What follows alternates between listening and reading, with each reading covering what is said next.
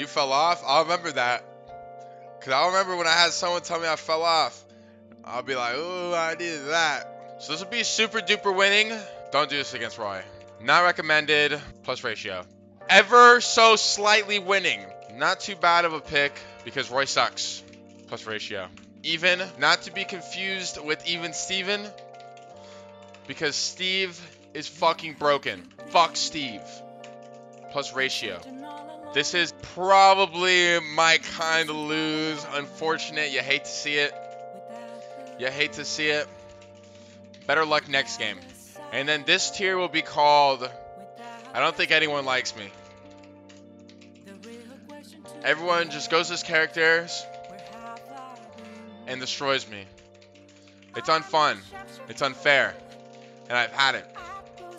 Hopefully on GOB 2021 will change this. And I'll never have to struggle again. So that's where we go. And this is just impossible. Not because it's a bad matchup, but because Sans in Smash is actually impossible. So on GOB 2021 release date soon, I have Roy. The reason why I have Roy here is because he'll be the character we're discussing in this matchup chart. So yeah. Also, I don't know why people put like winning at the bottom and like losing at the top. The way I see it is like if you win, you're up. You know, you're up. You beat them. But if like you lose, it's down here. You don't really want to do that. You know what I mean? But like people are like, yeah, losing matchups up here. Like I don't care about the winning matchups if they're down here.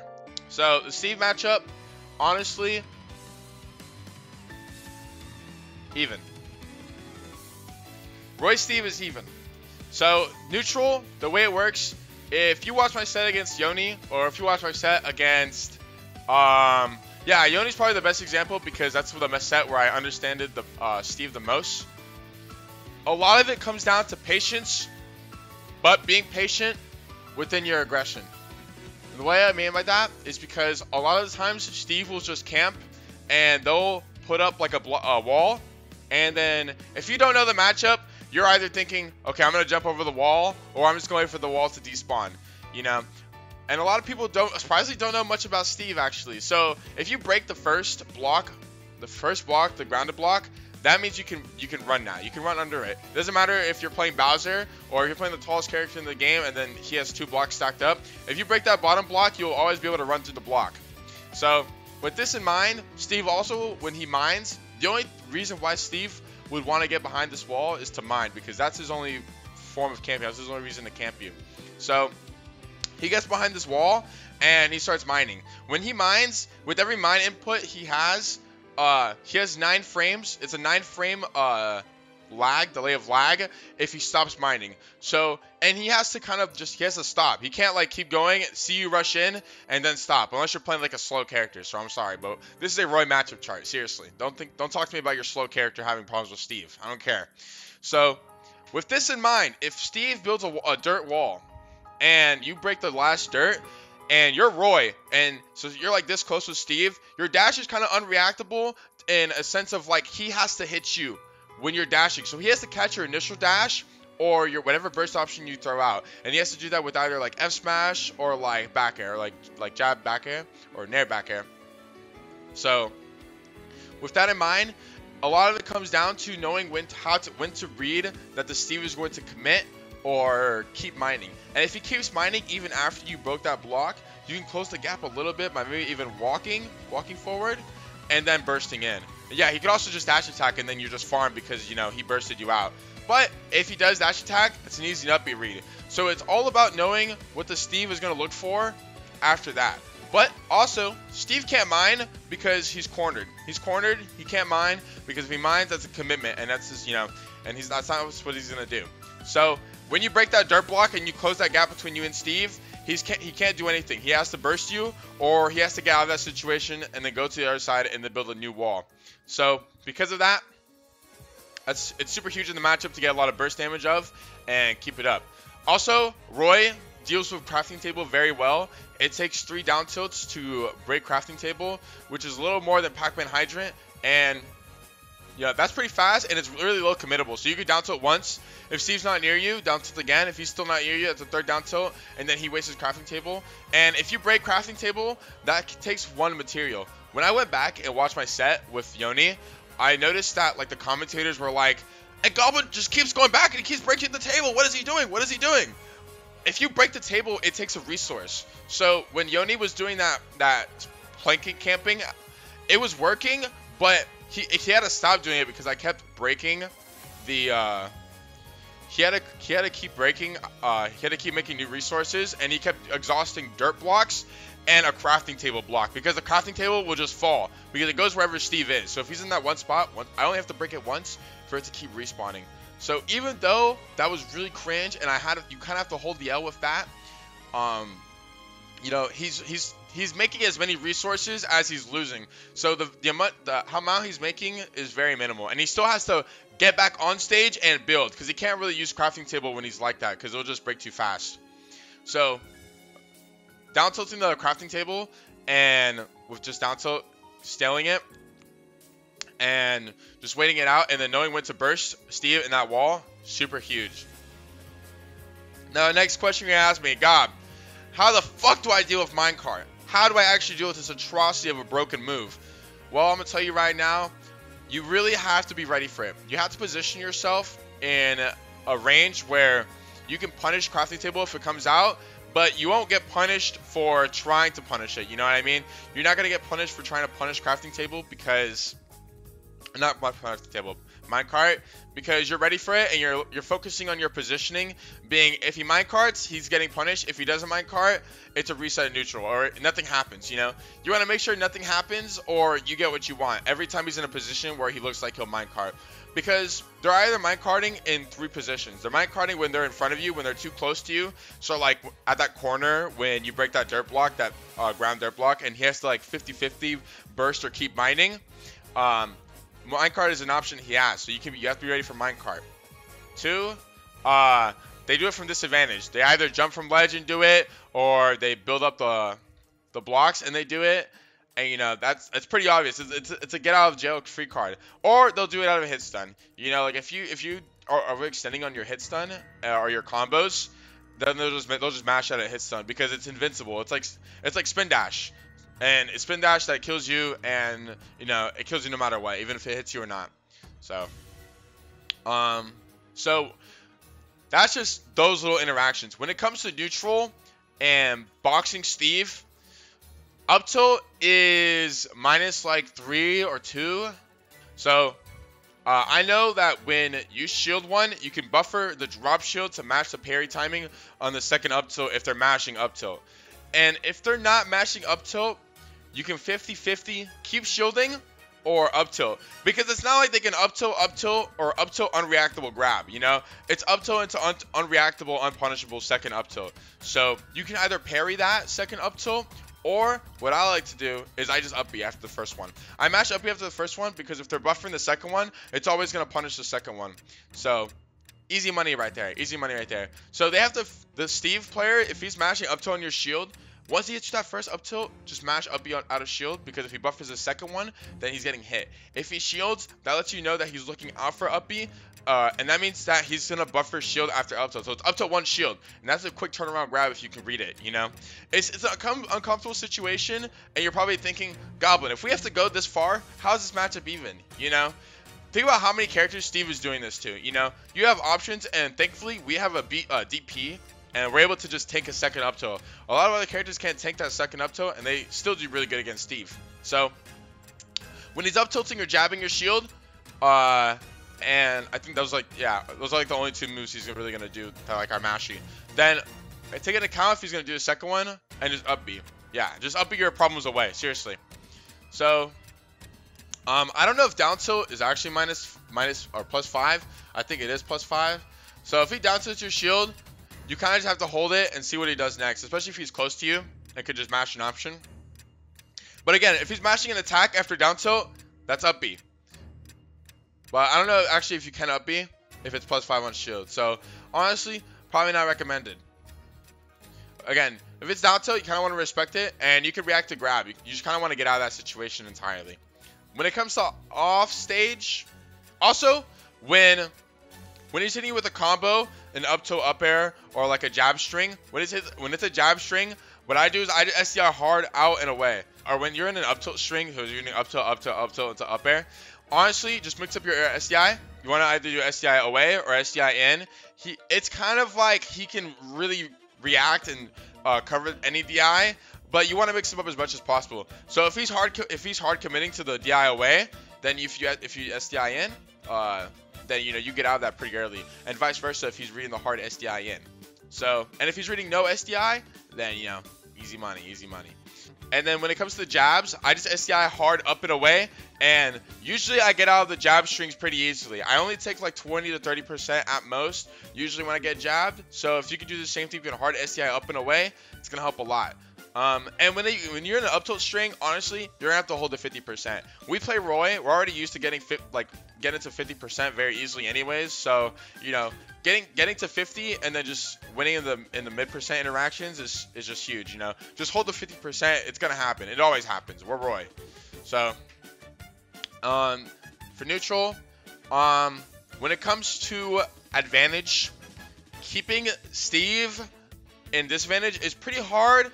But if you know how to do it properly, it's not going to be hard at all. So Anvil is only hitting below him, and it causes Iron Resource. And you kind of want him to do an Anvil because that takes away an Iron Resource. And that just takes away a material. You don't want him to have materials because Roy is so fast-paced that you can keep pressuring him, aggro on him, and then by the end of the game, when it's last stock of piece, instead of him having diamond in all his mats, he'll have diamond. He might have diamond, but he's probably going to have iron and low mats like dirt and wood. He's not going to have that many mats, and he's going to feel pressured in interactions because he doesn't have mats. So baiting Anvil is huge. Baiting Minecart is huge. You don't want to overcommit in your advantage and just die like 90% to one of those two. So watch how you play your advantage. Especially if Steve has gold, and he doesn't have a gold item on. That means whatever minecart he throws out is going to be a empowered minecart. It's going to be a redstone minecart. So watch out for those, especially. So don't overcommit on advantage. Hit what you know is true, and then bait what you know is going to come next. So if it's like a horizontal advantage, be ready for minecart. If it's a vertical juggle situation, be ready for anvil. Same thing, When it comes to disadvantage, you kind of just want to keep in mind two things. One, you probably are going to get hit by down tilt, but you're not going to die to down tilt. And two, you're probably going to get hit by anvil if you don't mix up your recovery. So, big things to notice, big thing to start doing, mix up with side B. He doesn't really have any way to go off stage and edge guard you, hit you for double jumping and up being, but he has ways to punish you for trying to get back on stage with down tilt and anvil if he can read your trajectory on the recovery.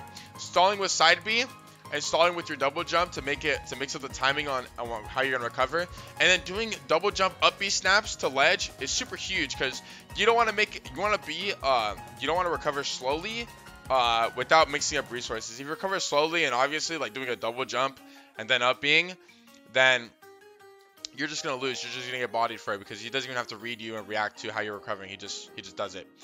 You don't have to be scared of getting edge guarded, run off stage edge guarded, but you gotta be scared if you're gonna get down tilted or if you're gonna get anvil. That's a big thing to notice. If Steve blocks the ledge when you try to recover, it's something else you have to be prepped for. Sometimes might be an angle where you just have to recover a certain way and he can build blocks to cover that certain way. And honestly, that's an L you're gonna have to hold. But a lot of the times, I've only been edge guarded like that twice my whole time playing against Steve. And one of those times was when he built the stairs back to the ledge and then F smashed me. That was one of the biggest times that happened. And the only other time that happened where I didn't make it back because I upbeat to the block was a mistake that I knew I made. I knew I could have made it back if I upbeat properly. When it comes to getting ledge trapped by Steve, you kind of want to it's weird. You have to react or not react, kind of read the timing of if he pops if he has this whole the whole setup built, anvil on dirt block, TNT at roll. Honestly, I don't really know what the fuck you're supposed to do. I'm probably sure that you have to wait and then react to one thing happening and then press the right button at the right time where you think he's gonna swing. So, but I know for the easiest one, I think it's down smash on TNT.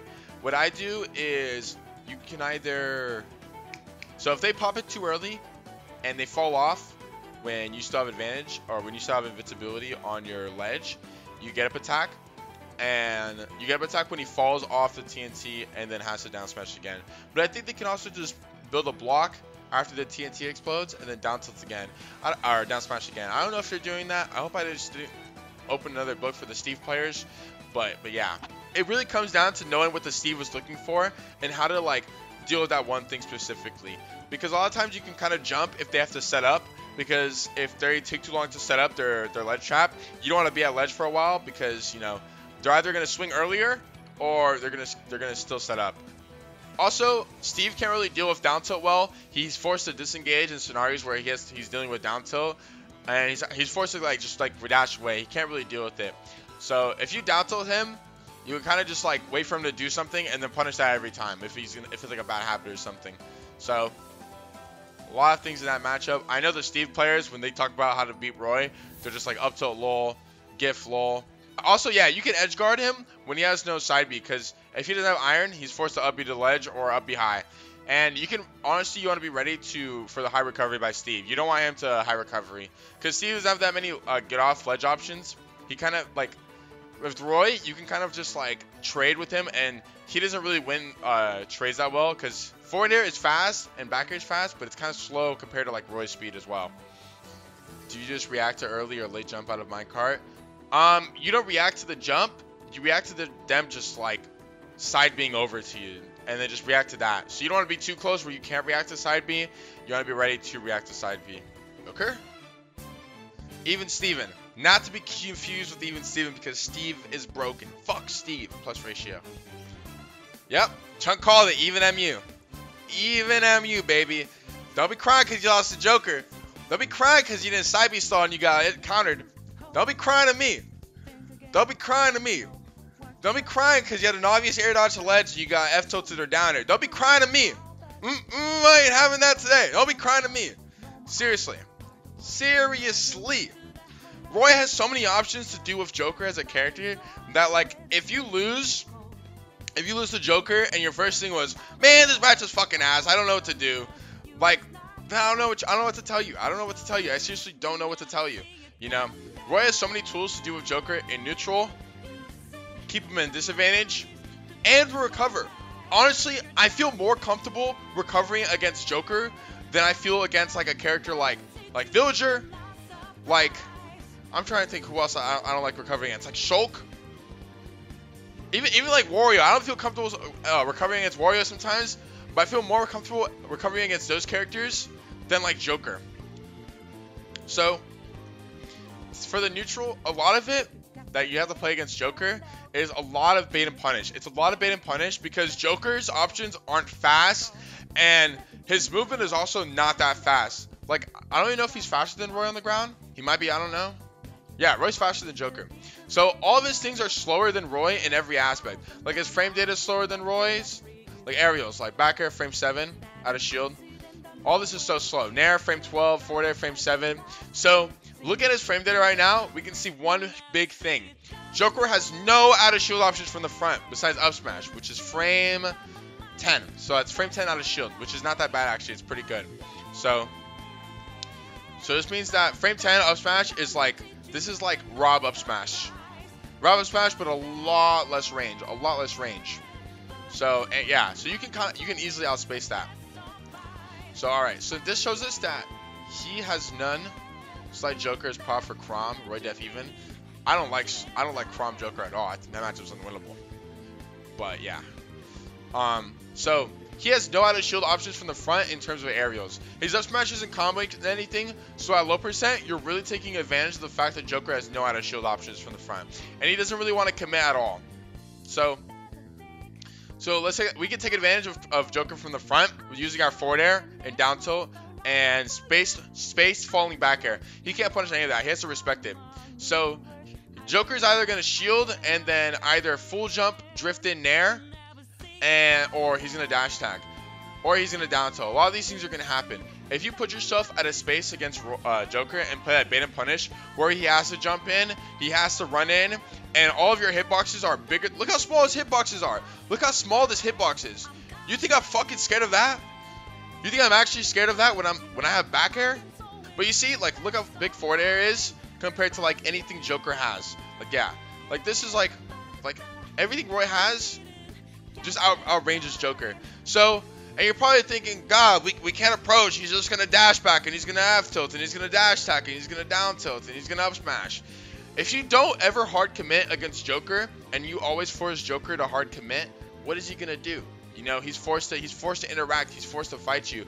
A big thing that, a big reason why Joker was so good when he came out is because we're kind of in a meta of like fighting people. We're interacting. We thought Ultimate was this aggressive game where everyone just, you know, we interact, we fight all the time, we spot dodge cancel all the time. But in reality, this is one of the campiest games of all time because everything is so safe and so fast that, you know, you have to play that bait and punish a lot of the matchups. So Roy, you just never commit to drifting in without Joker cornering himself. So if it's like center stage, you're not really running it to Joker.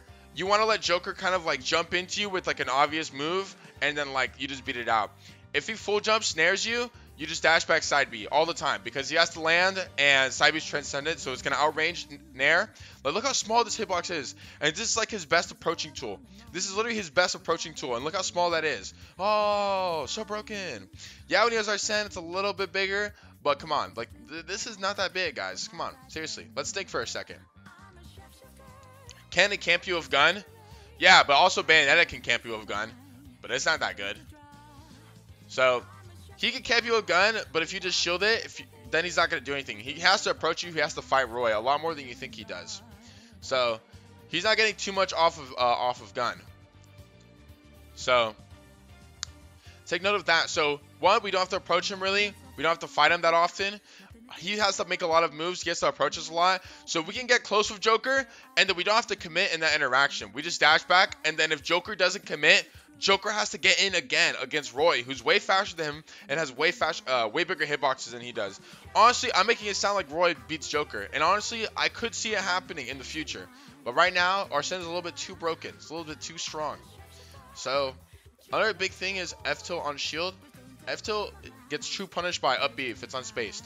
And we don't want to be playing at the range where Joker can F tilt us and it's not spaced, or it's max spaced. That's not the range we should play Joker at. Not that mid range where we think we might be good at. It's either slightly bigger than that, so that long range, or this close range, because you don't want Joker to feel comfortable in that range. If Joker's in that range where his F tilt is bigger than anything you have, he's feeling comfortable and he feels like he can control the pace of the match. You don't want to play that range at all. And if he jumps and throws an aerial out, you can time it properly where if he throws it out, like with Nair. So Nair is so small that if he does a full jump falling Nair, you just up B on reaction to him falling onto you with an aerial, falling onto you with an attack. You don't want to wait for it to hit your shield and then you up B. But it just get closer to you. He's drifting in on you because that's how he's nairing, and then you up B. If Joker drifts away, nairs, that's fine. That's all he's going to do. He's just going to drift away and nair. So, basically what I'm saying right now is Joker's going to bait you to do a lot of bad dash-ins and then try to combo you off with those bad dash-ins with those bad approaches. So, he's going to wait for you to run in nair, but you're not going to run in nair because that's not what you should be doing. So, a lot of it is pressuring with forward air, with down tilt, dashing back, being ready for him dash attacking or down tilting, and then punishing whatever he does with side B or down tilt. Also, jab catches Joker really easily in the air, and without Arsene, he only has single hit moves. So, against Arsene, what I do is I just start camping. I don't even fight it with Arsene. There's no point in fighting a Joker in a state where he is stronger. When there is a state where he becomes weaker, and he becomes weaker over time. You don't have to hit him to become weaker, but he becomes weaker over time. And what happens if you don't approach Joker? Joker has to approach you, and he doesn't get faster with Arsene. None of his attacks are getting faster. His attacks are just getting slightly bigger, just slightly bigger. Forward air, it's a little bit more than slightly, but same with back air. But you see what I mean? A lot of his approaches are pretty obvious, they're pretty telegraphed, and you can kind of easily tell when a Joker wants something. If Joker short hops at you, or full hops at you, and hasn't thrown a hitbox out around a certain amount of time, that's how it means he's looking for forward air 1, or he's looking for a tomahawk grab. Any good VODs of you versus Joker? Me versus Tweak, me versus I'm from Congo Saga. I've never lost a Joker. Never lost a Joker. I've been most of the best Jokers. The only one I haven't played was Zachary, and I haven't played Leo's Joker. But I've played against all the other ones I've played, I've always beaten them. So, it's doable, you know. I've even been Omega, a lot of close sets, but I've even been Omega, and Omega has practiced with Cola and actually beats Cola kind of consistently, actually. Cola has to go like Mario to beat him, and I was able to beat Omega several times, you know. So, now the biggest part in the Joker matchup is disadvantage, recovering against this move. Arsene, Makar Calm Reflect, or actually Tetrakarn Attack.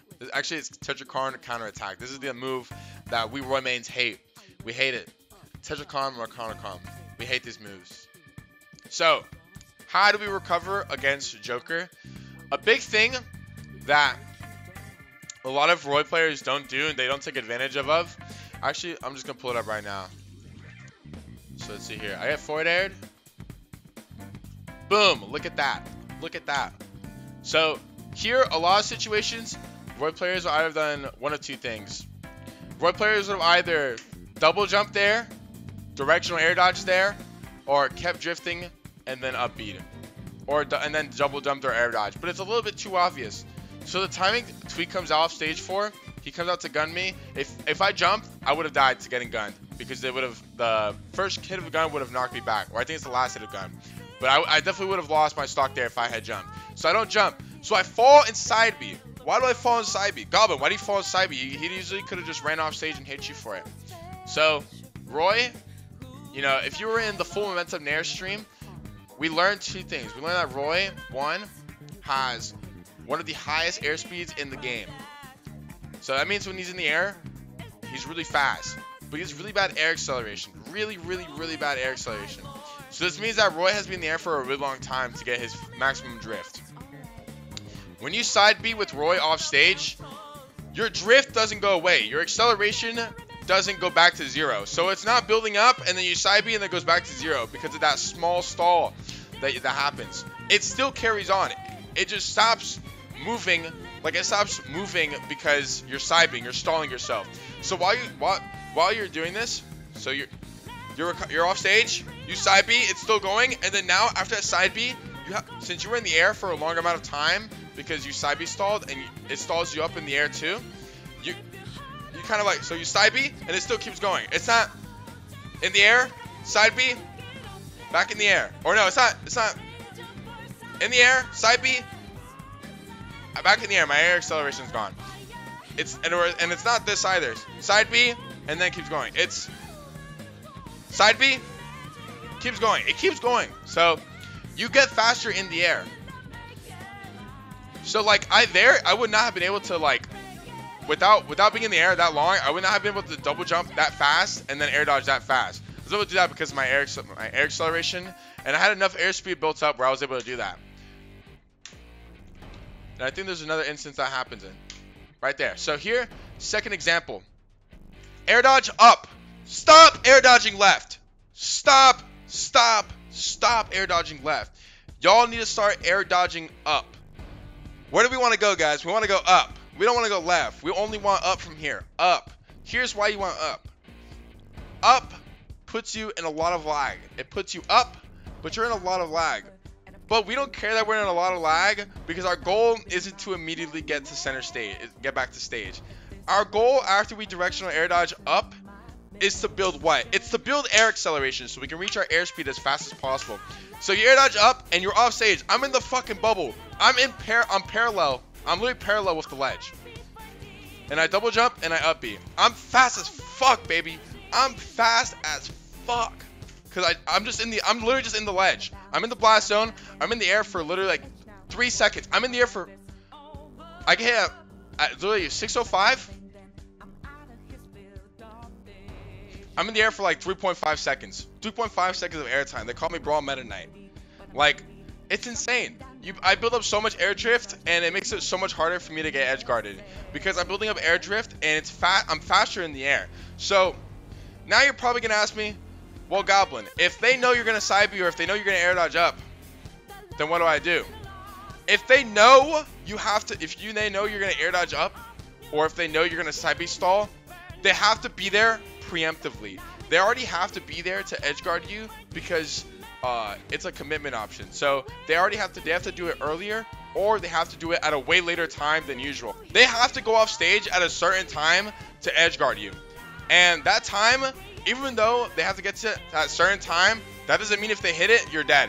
That means they have to get that certain timing on your recovery drift, and then 50-50 air dodge or up B, or double jump if you have it. So boom, and I'm able to get the stock first because I'm actually able to get to the ledge faster than Joker is. Cause I'm just a goat, and I do this a lot against a lot of characters who like to edge guard Roy. I probably did it a lot in this set as well. It's very good, and it's very underutilized. Y'all need to start doing it. It's actually so game breaking with Roy. Like, and I spam it. I do it all the time. So that is how you properly get back to stage as Roy. There was another time where I'm off stage and he just respects me. He respects me. When they fail so many times, they're gonna start respecting you. You don't even have to worry that you're going off stage. And there's another instant where I go off stage, I think. So let's see here. Yeah, and I just double jump over. Because now he doesn't know how to edge guard me. Now he thinks I'm going too low. He doesn't know why it's not working. So that's how you probably mix up your recovery against Joker. And that's why I think the matchup's even. He doesn't really have anything that's really crazy on you. Off stage, you can't really, it's not like you're dead off stage. You have a lot of tools to get back on stage. Joker's even, IMO. TLDR, spam down tilt, side B stall, air dodge up. And I'm going to mention side B stalling and air dodging up a lot. So I'm glad Joker was one of the first characters I was able to talk about it with. So alright, Zero Suit Samus. We can take off these glasses because we don't have to go too much in detail with Zero Suit. We kind of know how to deal with her. Zero Suit is slight winning. Ever so slightly winning. Not too bad of a pick because Roy sucks. So Zero Suit could still be Roy. You know, we saw Mars Cola. Mars still won. When characters are forced to interact, characters like Zero Suit, characters like Peach, they put themselves in constant 50-50s because they don't have disjoints. So it's not like they interact and they space you out. They don't really have disjoints that well. So when it comes to a character like Zero Suit Samus, she nairs your shield. She landing nairs your shield.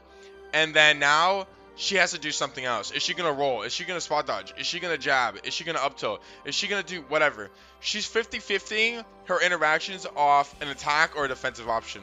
Whether it's an attack, like a straight up attack, or a spot dodge, shield, roll. So when she interacts, they're going to go through patterns of how they're interacting with you and what they're doing to get out of the situation they're in. You know what I mean? So it's not like she nairs your shield and then you can't do anything because it's -2 on shield. Because if she jabs, punishable. If she F tilts, up B. If she up tilts, up B. If she down tilts, up B. You know, all of her grounded moves aren't safe. So most likely, if she does a grounded move, she's going to get hit for it. And if she goes back in the air, getting back in the air is the same as doing another attack because she's jumping away from you. So if you can read that jump away, it's nut B. You got to be ready. You just got to be ready for literally whatever she's going to do next, and then go ahead and punish that. You don't want to let yourself get pressured and make it obvious that you're scared of interacting because you don't know what's going to do. In this case, would you recommend Roy over Chrom? Yes. I like this matchup a lot more because you want to kill Zero Suit early. She dies really early to side B, and she dies really early to jab back here. You don't want Zero Suit to live long because if she lives long and she has rage, then you're just more likely to die, and that's not what we want to happen. So Chrom just lets her live a little too long, and I don't like that. Also, since she's a fast follower, she falls into jab F smash really easily, and she dies at like 40% at ledge, so it's super huge, or 45 because I think she falls out with air dodge. A big thing is when you're ledge trapping her, you want to be ready for flip kick. If you can back her flip kick, and you can bait her double jump, or you can bait her air dodge, you can just hit her off stage, and then she's done. You know, she's an easily gettable recovery, and Roy gets a lot off of reading something like that. Also, Roy is really good against characters who have to put themselves in the air. Characters like, I would say like Pikachu and Pichu, obviously, they're close to the ground and they pancake every time they're in the ground. So they're harder to hit and they're a little bit more difficult. That's why Roy players also think we super lose to Diddy and Greninja because they're characters who are grounded and low to the ground. So when characters who are in the air are a little more prone to Roy's attacks because all of Roy's attacks are like anti-airs, like jab, anti-air, nair, anti-air burst option, etc., etc. So if you can swing before Zero Suit swings, it's very easy to just outburst her. And I think we're faster than her in the air in terms of aerials. Yeah, like look, forward air frame 6, that one's pretty broken, and I think we trade. Actually, Nair outranges forward air, but it's a little hard. But Nair is slower, so she has to jump, and also she's not doing rising aerials. She's jumping and then falling with aerials. The only aerial she's going to rise with is forward air or back air, but back air is not an approach option. And she might do landing up air, but she has to set up for that. That takes so much time. So take into account how much time it takes for 0-2 to approach you with the most optimal move. So if she's setting up, that means she's looking for falling Nair. So keep that in mind as well. See, like none of her grounded moves are safe. Up B, up B, up B, up B. I think this move might get outranged, outrange up B, but you can do side B out of shield. Short hop side B out of shield. You have an easy punish to all of 0-2's grounded tools, so she can't take advantage of Nair grounded tool. And if you parry Nair, that's down tilt or that's jab all the time. So, and that she also doesn't have that many multi-hit moves. Like she has forward air, but if you could shield and you could see how she's reacting, like if she's doing rising forward air and she's approaching with it, that's not be out of shield because it's a rising aerial. And if she does Nair, then if you parry it, you kill her off of it. What do you do for the 0-2 that plays outside of your aerial burst with a lot of landings there? Good question, and I was just about to get to dealing with Zaire actually. So with Zaire, you want to just dash shield, and close the gap. 0-2s are really scared of grabbing, so if you can like, and if they're playing really jump heavy, that means they're doing a lot of Zaire because they need to zone you out. Just dash and shield, and Roy also has a low dash too. So if they short hop Zaire, they have to do a falling Zaire and it has to be retreating Zaire. So if you jump, you can also close the gap, and you don't have to press another button after you jump. You just want to close the gap between you and 0-2 because you want to force her to panic. She's either going to flip kick or she's going to jump. And what does Roy want the most in a character? He wants them in the air because that's the easiest way to hit them. So if you corner her by just dashing shield or just jumping close to her and forcing her to choose an option, it's very easy to see what she's going to favor when she's in disadvantage. And most of them like to jump, so you just got to cover high and be ready to cover any jump or be ready to cover any flip kick. Down smash, when it comes to down smash, like just don't roll in and don't fish. You know, that's another reason why a lot of pro players lose, is because they'll like autopilot Nair in and they'll get down smash, and then that hitbox is massive. Like you just can't beat that. So you have to be ready for down smash and them just fishing for it and throwing it out. When she throws out moves like down smash and side B, don't even try to like punish it, because there's no point in trying to punish it because it's happened so fast that you kind of have to ignore it. It happened. That means she's looking for it. So just be ready for it. Same with neutral B. Just respect it and then just keep playing neutral the same way. Ignore it. It's going to keep happening. So yeah. She's easy to hit. She's not hard to hit. And she kind of can't box Roy if Roy shields like an attack. She has to read Roy doing a bad burst option and then like dash back and then set up an approaching aerial on it. So yeah. That's why I think about seriously Samus. And then now we have Wolf. Whoa, whoa, whoa, whoa, Goblin. What are you doing with Wolf up there? Yeah, I trolled, yeah. Wolf isn't ever so slightly winning for Roy. I think the way Roy just takes advantage of Wolf's blind spot, like, if you guys don't know, Wolf really doesn't have out of shield options from the back. Like he has no out of shield options from the back besides up smash, and that's committable. That's frame 13. So frame 13 out of shield option, which is pretty slow.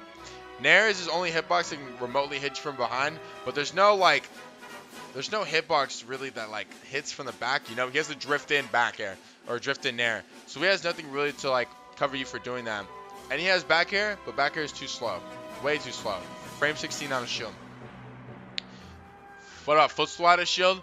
Well, if you space your move, you shouldn't be getting footstool without a shield.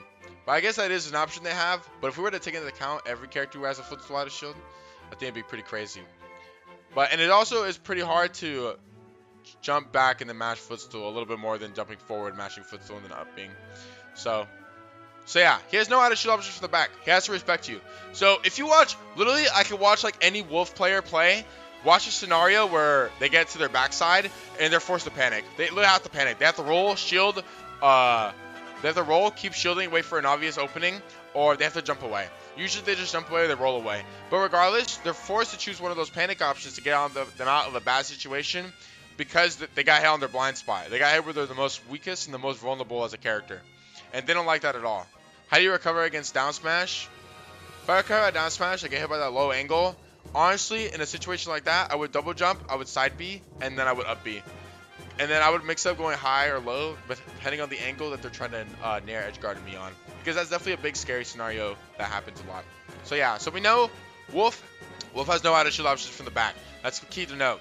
So a big thing we should focus on in a lot of our matches against Wolf is positioning ourselves easily and not obviously on Wolf's backside. And then we look to focus on making Wolf panic and bait him to doing what he wants. Because a lot of the times, Roy players will just lose because they jabbed on shield or they just like mashed on shield and they lost because of it. But you want to make opportunities happen where you don't have to force them, or you don't have to force yourself to make moves happen in order to get the jab you want or in order to get the kill you want.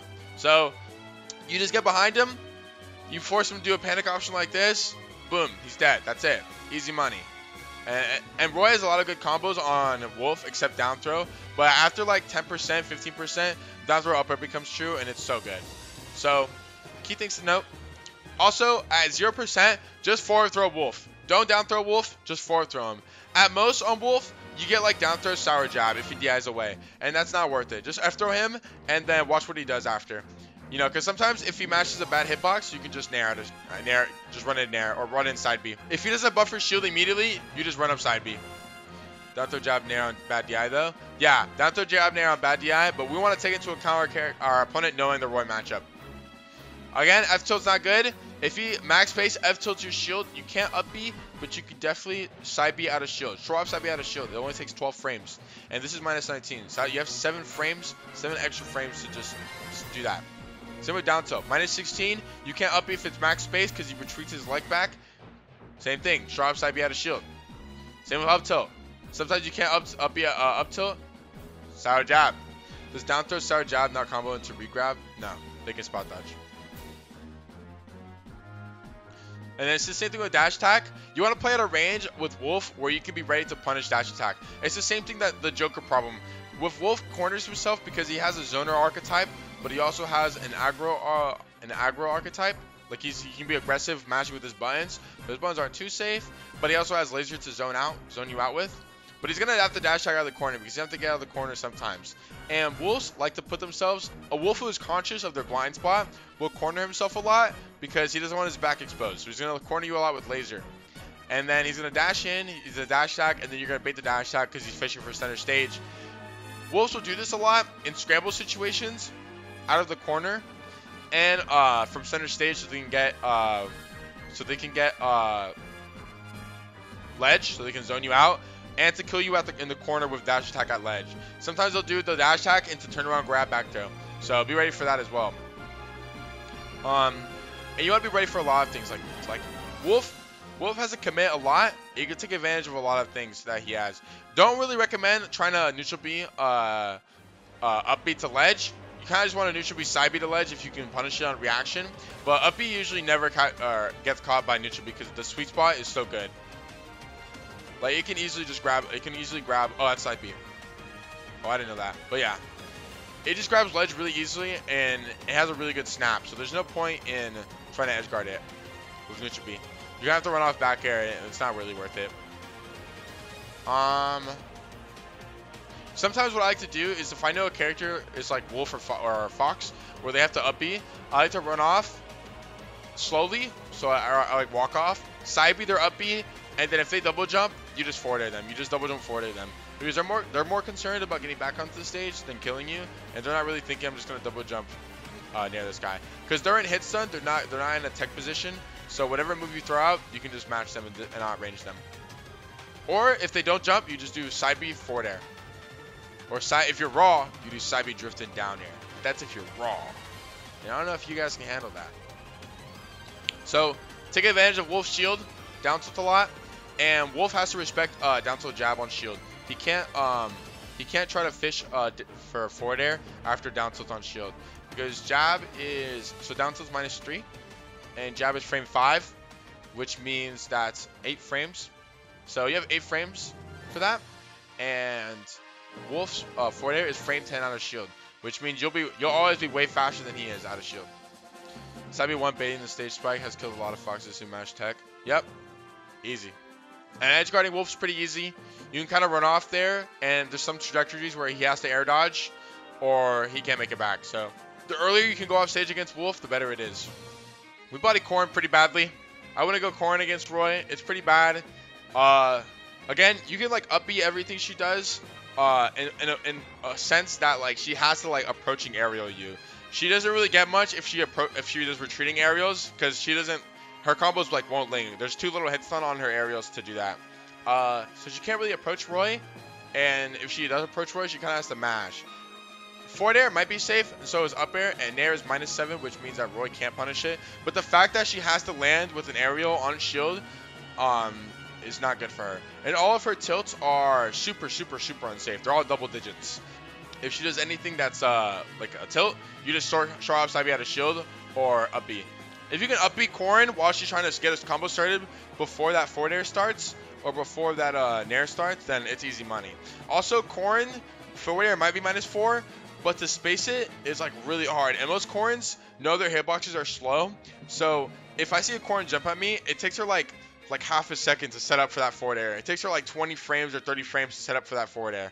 So we can easily tell when a Corrin is looking for something like that. And I don't care what she's looking for, I'm just gonna up B. When it comes, she also doesn't get much off grab, so you don't have to worry about getting grabbed. And pin, if you just don't commit and you just wait for her to do anything, then she's just gonna get hit. And when she jumps off pin, she has like 30 frames where she can't do anything. It's like half a second, or 20 frames where she can't do anything. And you can easily just short hop or full jump forward air her, or short hop up air her very easily. I fought in Shattuck many times, and I actually picked up Corrin for like a good 2 months on Wi-Fi, and I was able to learn a lot about her and why she fucking sucks, even after the buffs. She just sucks. She doesn't commit in everything she does, and she doesn't really get killed. If she backers your shield, just respect it. There's not really much you can do. It's back air. Just close the gap between you and her and bait her to like swing. A lot of the times she needs to do risky pin plays in order to like keep you in disadvantage. Yeah, +2. Roy Bowser Jr. I always think Roy Bowser Jr. is pretty bad for Junior. I wouldn't recommend going Junior against Roy. If you know the timing on Junior side B, he just side Bs and then you just nair him every time. You just literally nair him every time and then you hit him for it. There's like, it's like the first quarter part of his side B that he does it and then you nair him for it. You just punish him for it every time. He can't do anything. He's stuck in that lag. He has to commit a little bit to his side B, or he's gonna dash back forward air. If Junior hasn't committed to side B, I don't recommend bursting in with nair, because he's gonna either dash back or he's gonna forward air you and back air you. And forward air and back air are really big, and you don't want that to happen to you. I also don't recommend trying to shield anything that Bowser Jr. does, because landing nair is like -4 on shield, and so if he landing nairs on you and he mashes jab right after, it's like so broken. You can't do anything. You have to like preemptively up B after the nair. So I like dashing back, giving myself a lot of space, and you can also just side B if like Bowser Jr. runs at you or Bowser Jr. like jumps at you. If he side Bs at you, there's no point in shielding it, even if it's unreactable or if you can't punish it. Because if he side Bs on you and he sets you up for a side B up B and you get shield blocked, you're just dead. And you don't want that happening to you. Or you get shield poked. So this is a matchup where you don't want to shield too much in. You want to use a lot of your movement and be ready for Junior to commit. Big things, big things. Down tilt's also really good. And jab hits very easily on Bowser Jr. Like jab back air is so free. I think Pichu probably might lose. Kind of unfortunate. You hate to see it. Better luck next game. Boom. What?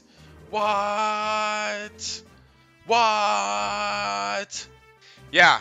So Pichu is slight losing, and honestly, I can see it being even.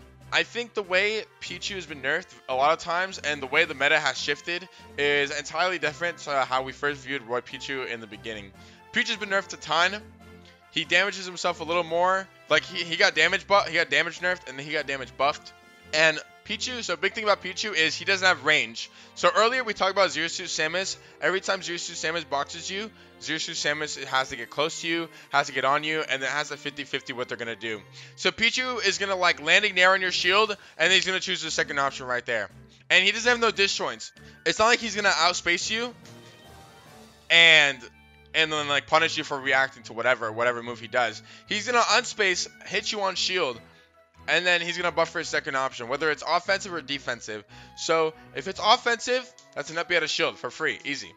And if it's a defensive option, then, you know, then you just remember that, you read that. And if it's a defensive option, that means he just approached you, showed you an opening, and gave you information on what to do. A lot of it is figuring out what they like to do out of situations like that, and then just beating them up for it. So, big things. If Peach is in the air, you kind of just want to either short hop or short hop over the T-Jolt, because a lot of the time they're just going to T-Jolt camp you. If they're approaching T-Jolt, short hop over and forward at them, and you can sour spot over them, and it's always going to hit. If they do a full jump T-Jolt, that means you're probably going to do 2 T-Jolts. You really just want to jump on a platform and just jump on a platform, because you're not going to FD, you're banning FD, you're banning Kalos. You're not going to those 2 stages at all against Pichu. So you're jumping on a platform, he's gonna T-Jolt, and then you're just gonna like just run to the corner and shield those, or you're just gonna you're gonna run over to the center and then shield those, or not shield those. So you don't want to shield both of those T-Jolts or even one T-Jolt, because he'll just true shield punish or shield lock you and then grab you. And you don't want that happening to you. Chrom definitely does better against Pichu. I think Chrom beats Pichu. So if you don't feel comfortable playing a losing matchup as Roy, or slightly, or maybe even, but at least losing at worst, at worst for Roy, then, you know, play Chrom if you know how to play Chrom. I like that matchup a lot more, but I'm definitely also comfortable in Roy Pichu. I played it a lot even after quarantine, and I would definitely just still play Roy Pichu. I wouldn't go Chrom. I don't have to go Chrom because I feel comfortable playing Roy Pichu with Roy. Also, a big thing Roy has in this matchup is Sour Spot Jab.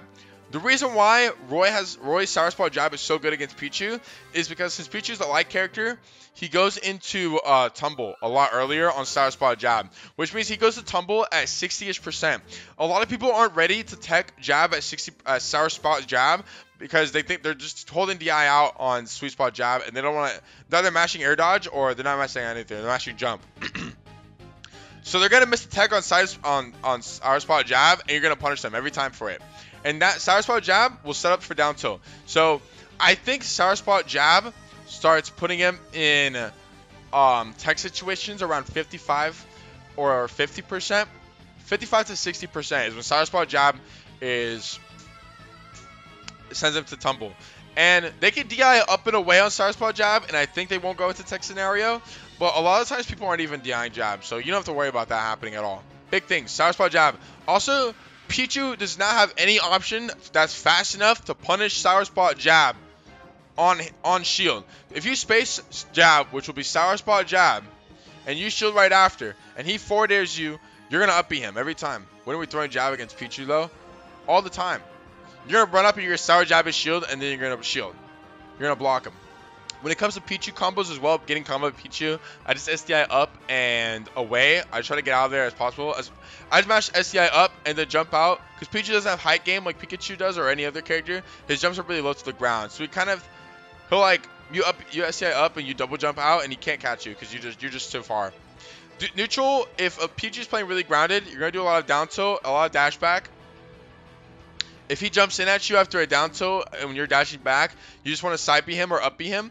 And if he's putting himself into shield a lot, down tilt Sour Jab is very, very good against Pichu. He really can't do much about it. Down tilt Jab, you dash away. Every time. He has to respect it. He can't do much about it.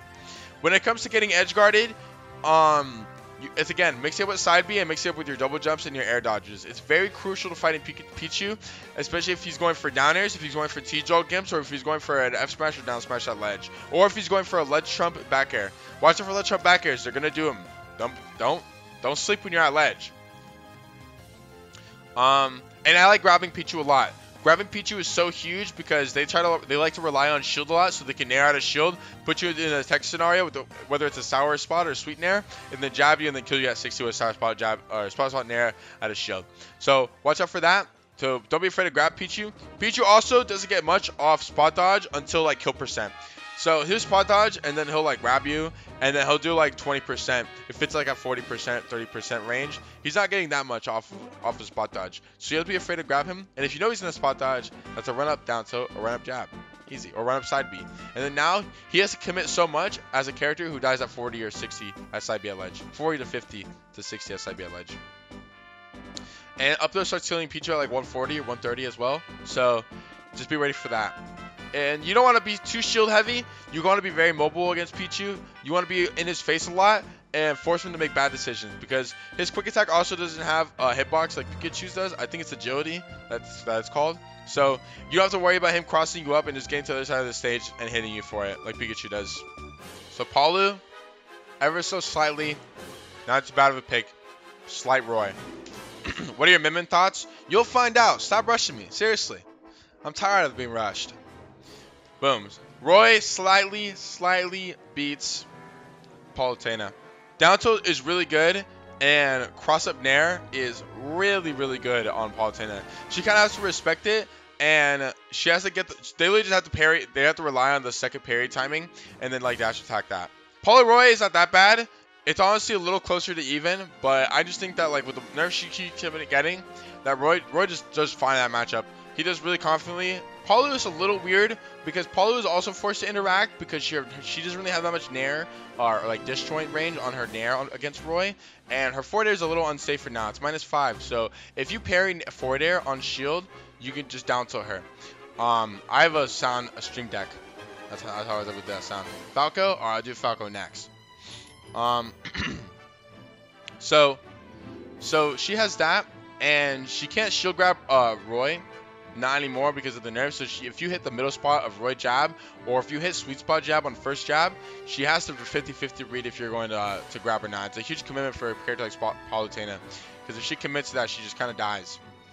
Palutena has no out of shield options besides reading an aggro option, like reading an aggro follow up, and then down airing you out of shield or nairing you out of shield for just being too aggro. And her tilts aren't really that safe. So you can tell when Palutena is in the ground, none of her tilts are safe, and none of her ground moves are safe. So you can be ready to side B out of shield or up B out of shield a lot of her moves. Especially F tilt, you have so much time to just side B out of shield and get a good punish in. And you can kill her at like 70% for trying to do it. They're not going to do it too much, but it is an option to look out for. You can also just side B out of shield, short side B out of shield, dash attack. I don't recommend F smash. I think you should be able to do it, but I was trying to do it when I was playing, and it's not working. Yeah, she really has to rely on parrying a lot. You can also just like falling up air on her shield from the back especially, and she's kind of forced to like roll or like.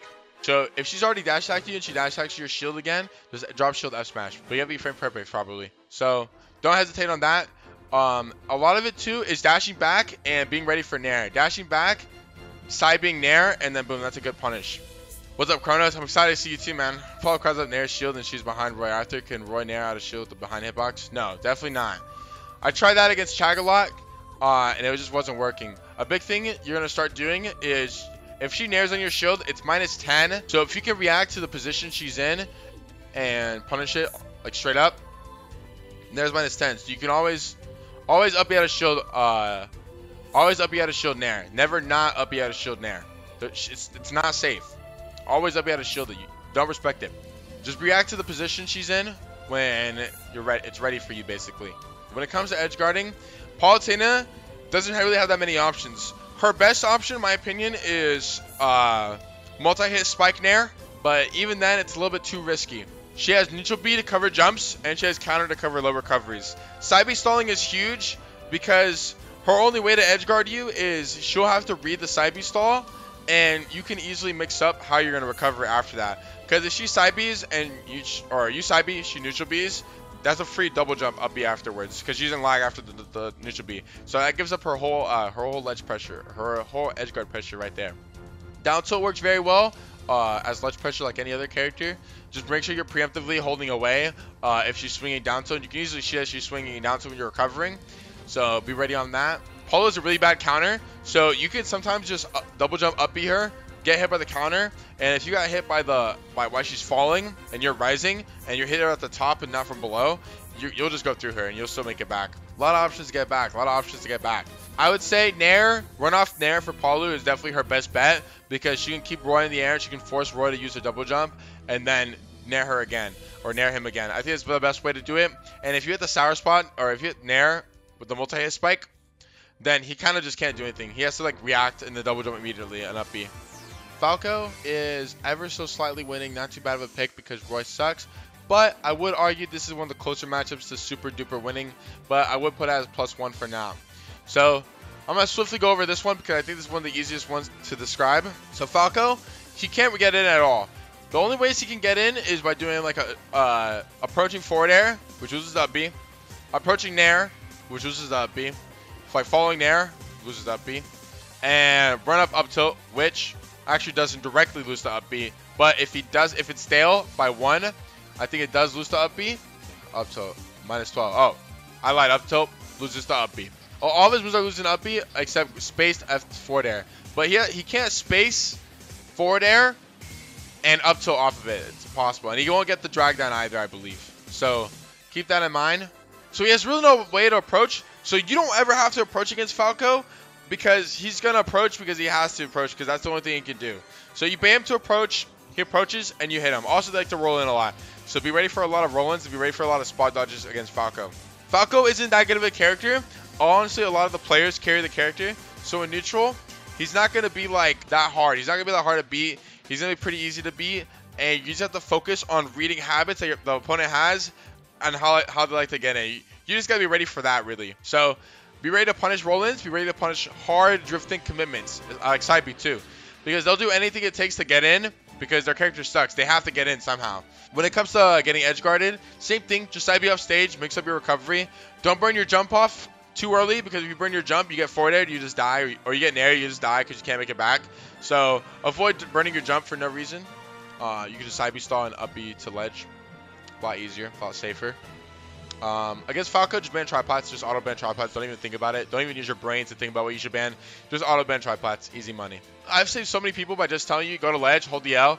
Because if you go to ledge out of disadvantage, it's a lot easier than like going to the corner or going to like center stage, where they know you want to go to center stage. They know you want to go to ledge.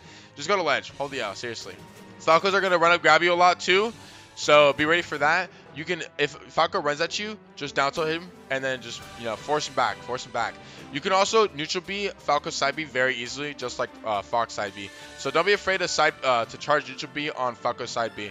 But no, if you don't time it correctly, if you're too late, you're gonna get forward aired off ledge. So don't mess up the timing on neutral B. So yeah, big things. Also, don't be afraid to grab him either, but don't be afraid to wait for the spot dodge first. A lot of Falcos don't grab.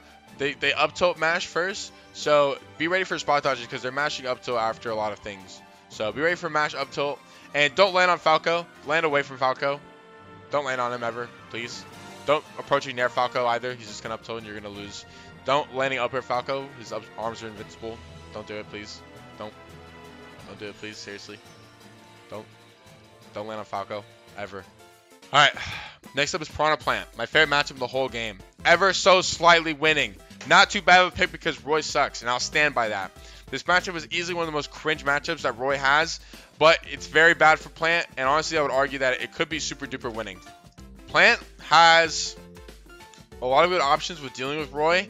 He kind of just like charges neutral B. You run in on him, you jump on him, and you get hit by it because you did the wrong attack on him, and then now you just got hit. A big thing is knowing how to deal with Patui. If you know how to deal with Patui, this matchup becomes a lot easier. You grab, as soon as they put their Patui up, they either have to swallow the ball up or throw it again. If you grab him, the ball's going to fall, and you throw in the timing where your grab invincibility will happen at the same time as the ball hitting both of you, and then nothing will happen. If you do that, it becomes a lot easier. I don't recommend jabbing on shield, jabbing when he has Patui, because if you jab, you just die. If you down tilt's a little better because down tilt has 2 less frames of end lag, and the hitbox is out for a short amount of time, and you have time to down tilt and then shield. If I see him with Patui out and he's not dying to anything, I'm just gonna grab him and throw him after the ball runs out. And then once it gets to kill percent, just F smash him. Just F smash him or F tilt him at ledge, because there's no point in trying to like fight him. Don't side B when he has Patui. You just die. You just get hit by it every time. When it comes to edge guarding and getting edge guarded by Piranha Plant, you want to mix up how you get back to the stage by side B, and then depending on if he's still holding the ball or not will depend a lot on if you can make it back or not. And he can also drag down near you, but it's not really that good. Like, you can easily see how he's falling onto you, and then see if you have to up B to beat it, or to like double jump and up B. And most of the time, if he does do that, it's not too much where you can't get back to stage if you just double jump up B. F tilt up, all his tilts on the ground are punishable by up B out of shield. All his aerials are punishable out of shield. A big thing you want to do is you want to dash back and side B a lot of his things. He can't really approach you. His only burst option is dash attack, and that's what he's going to be looking for a lot. So don't approach him too much, and get close to him by just punishing Pachuli and being ready for Pachuli. And down tilt a lot. He can't really deal with down tilt at all, and he goes into tech scenarios very easily. So also against Piranha Plant, ban FD and Smashville. Donkey Kong. This matchup is so bad for DK. I don't even feel like explaining it. Like this matchup is so bad. Like this matchup is actually impossible for Donkey Kong. You just nair him, spam nair on him, spam down tilt on him, spam jab on him. He can't do anything. He just sucks. He actually just sucks.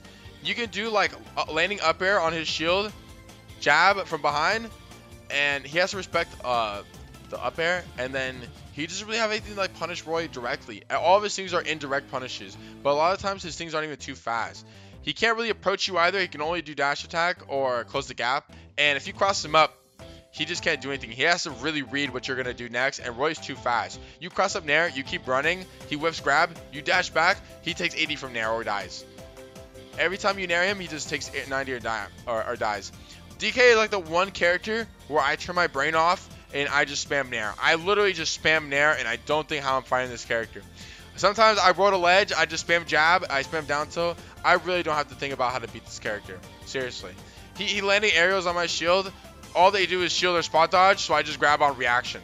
So yeah, Donkey, really bad. I would ban not Smashville, Town and City and Kalos against Donkey, because those are the only matchups he can easily cheese you on, and we don't really want to get cheesed. What about down street shenanigans? Just ignore it. If he's that high in the ground, then you can just don't try to juggle him.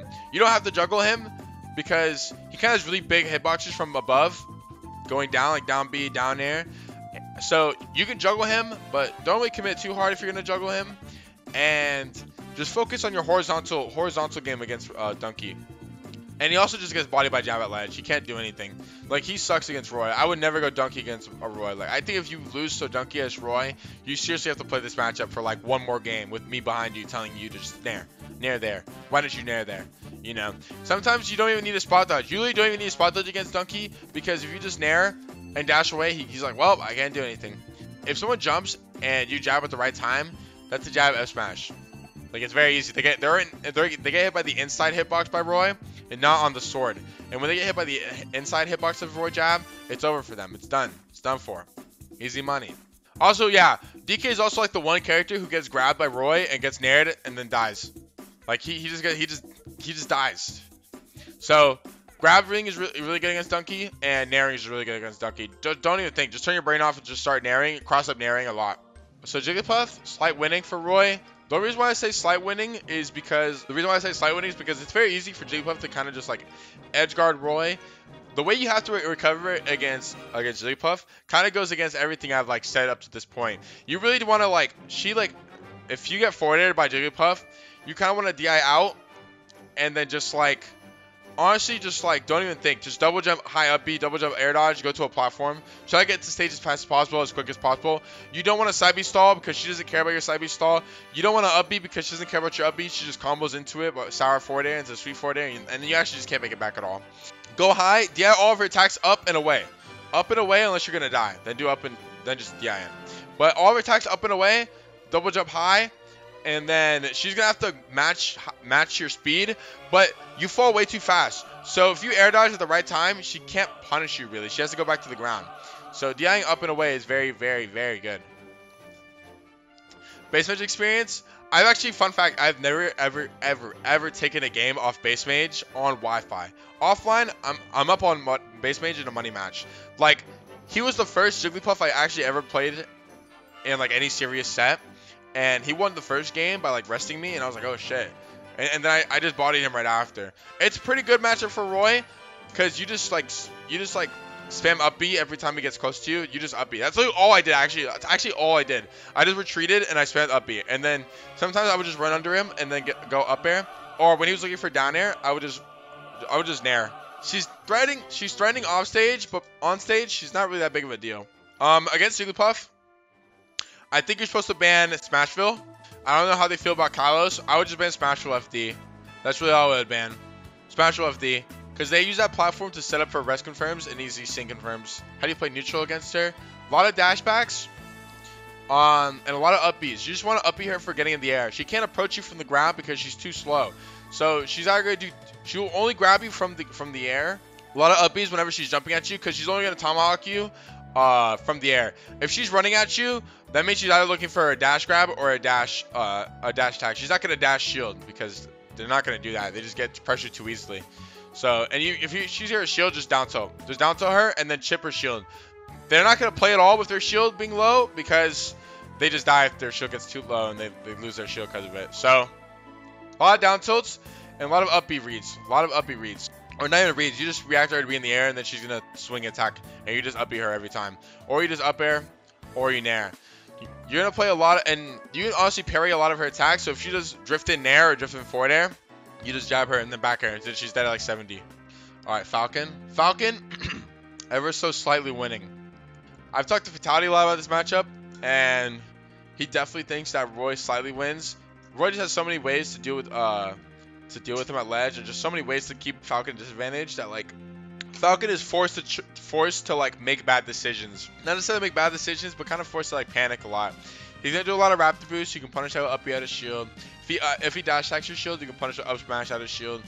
If he does like a landing aerial, again he puts himself in that 50-50 where he's forced to mash and attack like jab or shield right after nair.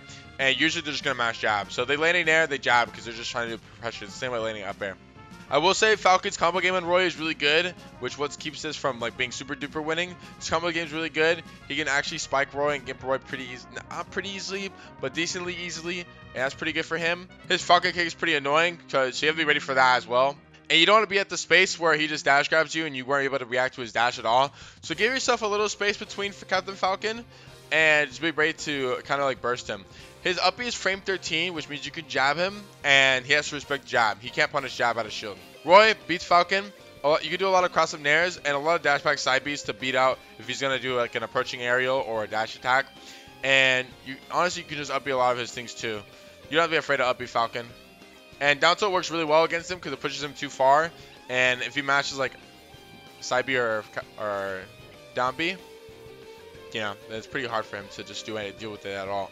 Also, another thing is recovering. He can spike you and he can sour spot knee you. But if he sour spot knees you, if he tries to go for sour spot knee, then you just mash double jump. Mash double jump over him because he's gonna whiff it if you stall with side B. So he whiffs it, and then you just jump. You jump and then you mash double jump on top of Captain Falcon because he has to double jump if he goes that low with sour spot knee. So you just double jump, mash double jump, and then up B. Against Falcon.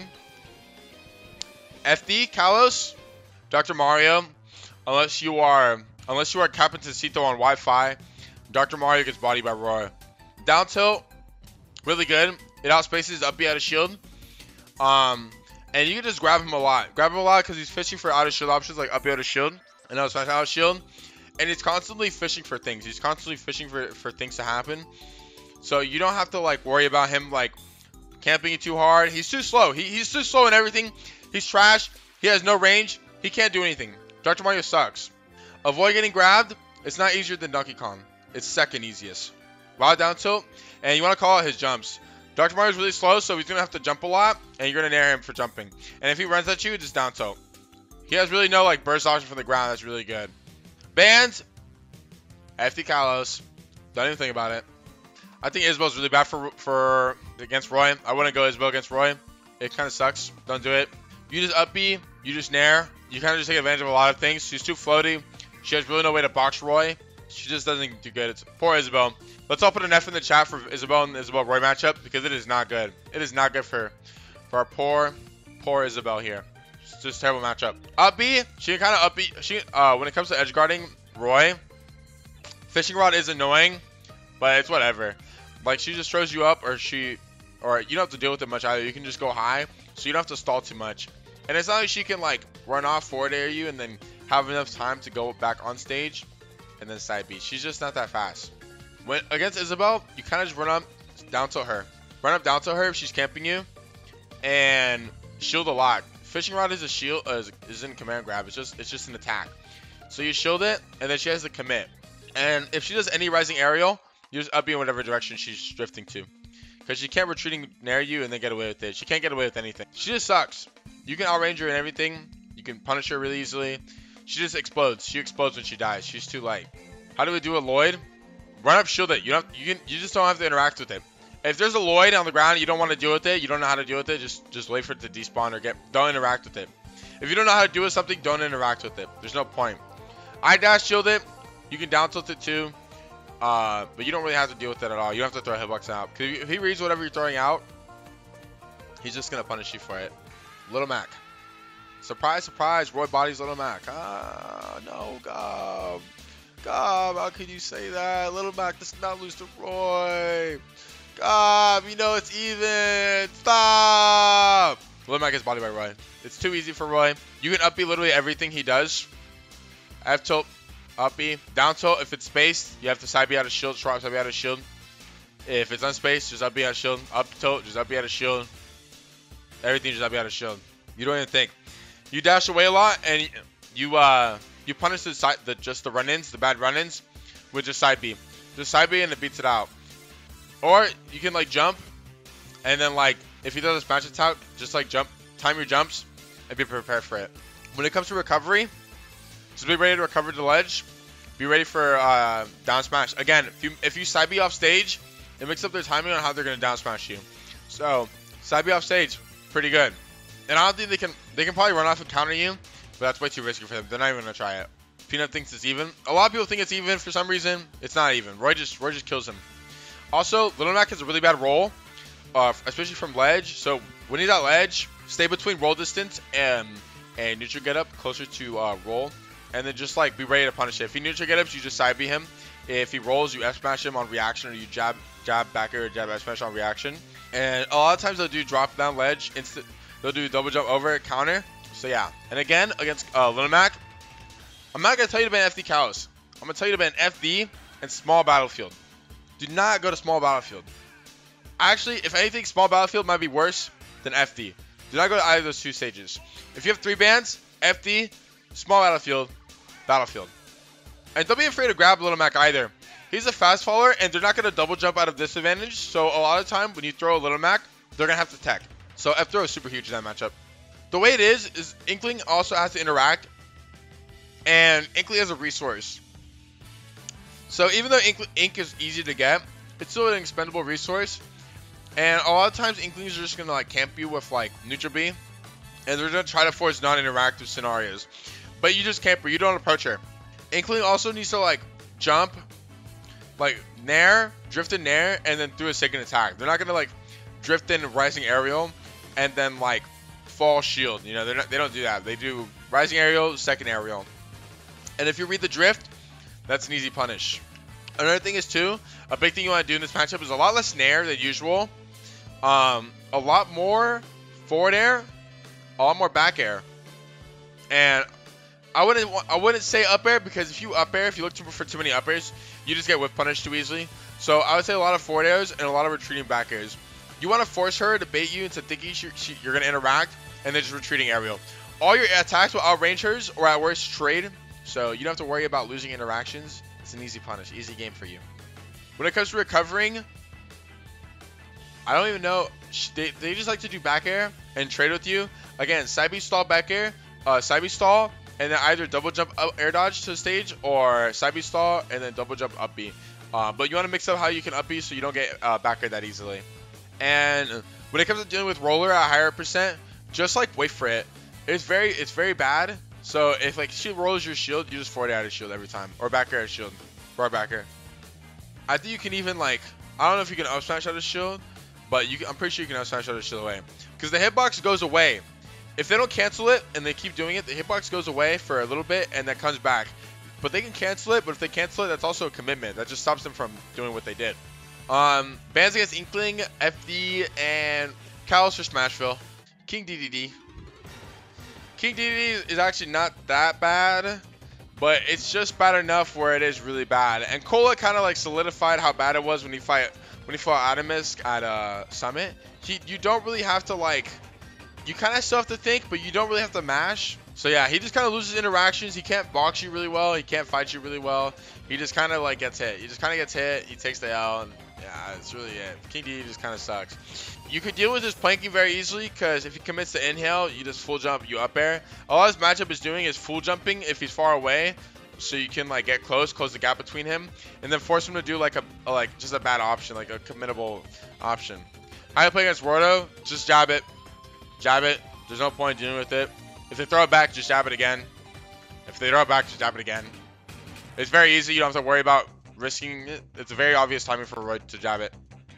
Or you just jump over it if it's a fast Gordo. If it's a fast Gordo, low Gordo, just jump over it. If it's a slow Gordo, just like, they're probably going to inhale it, so just jump and read the inhale. Or jump, or don't jump, because they might full jump forward there and you jumping.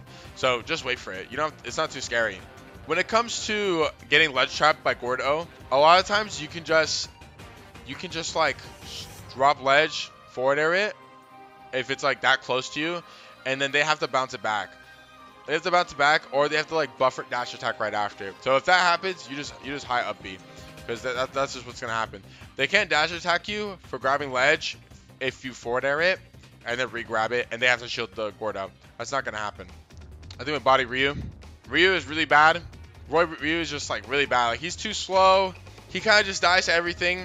He doesn't really die to everything, but he kind of just like gets hit and then like it puts in disadvantage once and just dies. He's too slow. I think Ken, Ryu are like really bad matchups for Shotos. They can't approach you at all. They jump at you, you mash up B easily.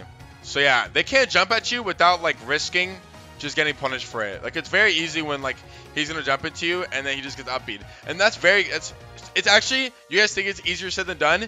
It's easier done than said. You honestly just up B every time he jumps at you. Like, it's so easy. Like, honestly, I would argue that Ken gets also gets bodied by Roy, but personally, I think it's like slight. It's the same thing. Kid just has better combo game, and he's just a better character overall. But these two matchups are very, very, very free for Roy. I'm a huge fan of these matchups. Like, I love fighting Shotos offline. They're so easy. He's one of the easiest characters to fight. To play neutral against them, all you literally do is just up B. All you literally do is just up B and like spam down tilt on their shield to bait them into approaching you. That's all you do. Literally, that's all you do. I don't even think when I fight a Shoto, I just up B. Roy Lucario is probably Roy's actually easiest matchup in the game. I literally turn my brain off when I fight Lucario. Lucario, it's like he doesn't do anything. He doesn't exist. He's gonna cheese you up with aura. Honestly, I'll say he's slightly harder than DK because DK doesn't have aura. So honestly, I treat these matchups exactly the same. I don't think all I do is I spam down tilt, I spam jab, and I spam nair. I don't think. And I sometimes like to grab. But besides that, I really don't think when I play this matchup. This matchup is so free for Roy, and like I turn my brain off. Like, Lucario just sucks. He dies to everything. He's a perfect combo and wait to get hit by everything. All the combos work perfectly on him. It's just so easy. It's just so easy. Like, I literally don't think when I play against Lucario. No disrespect intended to the Lucario players, but it is what it is. Personally, I think Roy Peach is slight Roy. This is honestly the closest matchup to being even. It is literally either even or slight Roy, but I do think it is slight Roy. The reason why I think of that is because Roy has many ways to mix up recovery against getting turnip recovery. If you watch me versus Mutace at Riptide, you would easily be able to see how I was able to recover. I got gimped like twice that whole set, so that was pretty good. And it was a game 5, almost last stock set. So Roy Nair just like stops Peach from jumping, so she can't do her own things comfortably. She has to like wait for a good opening to do her things, because if she does her things and she does them a little too unsafely or a little bit too overextended, then she loses and then she gets bodied by Roy, and then now she's in disadvantage against Roy, and she doesn't like that. She has many mix-ups in disadvantage to like mix up Roy, but besides that, not that much. Down tilt is very good against Peach too, because she just can't deal with it. Her options are too slow out of shield, and she kind of just gets farmed by it. It's pretty cool, pretty cool. I think this matchup is definitely close to being even. Very, very, very close to being even, because due to Peach's combo game, and like she kind of has to like make Roy respect her shield. Like, Roy can't really jab her shield because I either get nared out of shield or I get backered. I get backered all the time. So down tilt a lot, and honestly, I like a lot of down air in this matchup, because she has to respect it if you do it up front. and she can't really grab it if you space it right. So it's a pretty good mix-up to have, and she kind of just loses to up air and side B mix-up because Peach is a character who she can't move, so she's forced to shield. And when you're forced to shield, a lot of the times, it's just really hard for you to do anything because you're relying on your opponent to make that big mistake. I got put into disadvantage as Peach by Royal, and I don't really know what to do. Biggest thing I would say is just go to ledge. Just go to ledge. There's no point in trying to like land on Roy with Peach because you're too floaty, so you're bound to take like 2 up airs at least just trying to land on stage, and you're gonna get hit by a back air because you don't have a fast option that outranges Roy back air that can like get you to stage fast enough. So just go to ledge. Just go to ledge. Don't even think about it. Roy Mewtwo. Roy Mewtwo is also like top 3 like worst matchups. This matchup is really bad for Mewtwo. Don't ever think about going Mewtwo against Roy. If you do, you're wasting your time. It's not worth it. Don't think about it. It's not cool. It's not worth it. I just mashed down tilt and I mashed jab from behind. He can't do anything. He has to like roll away or just like mash nair away. He can't do anything really. Mewtwo, I just put down tilt, jab, and cross up nair. He really can't do anything. I actually, this character I turn my brain off against too. I don't think. If I fought Wadi Mewtwo, no. If I fought Wadi Mewtwo, I'll turn my brain off too. Like that character is just too bad. I actually don't know how he gets any dubs, but Roy Mewtwo especially is just terrible for Mewtwo. He's also like the perfect weight and perfect gravity to getting jab S smash. So he just dies at 45 to jab S smash all the time. And he's so big. Roy bodies Rosa. It's not close. It's actually not fair for Rosa what Roy does to her, and it's kind of pretty bad. I would argue it's close to being slightly winning, but Roy Rosa is just so bad for Rosa. She really can't do much. She just loses Luma too fast, and she kind of just dies. And same with Rosa. I don't turn my brain off when I fight Rosa because she has Luma. A big thing is forward air Luma, and you get down tilt her shield, and F tilt, down tilt, F tilt. She has to respect it. She can't do much because you've already set up the space for down tilt, and down tilt focuses on hitting Rosa, not Luma, and then you F tilt Luma, and then now Luma's in stun, and Rosa can't punish you for doing that, and then you just dash back.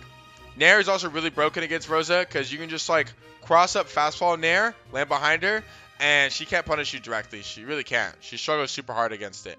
Also grabbing super huge. Just grab her, F throw, immediately F throw, and then F tilt or dash attack Luma. Up B is also really huge in this matchup. She jumps at you. She has to kind of like commit to start anything. She has to commit to like doing her drifted nairs and so on. So just up B her. There's literally up B her if she does something like that.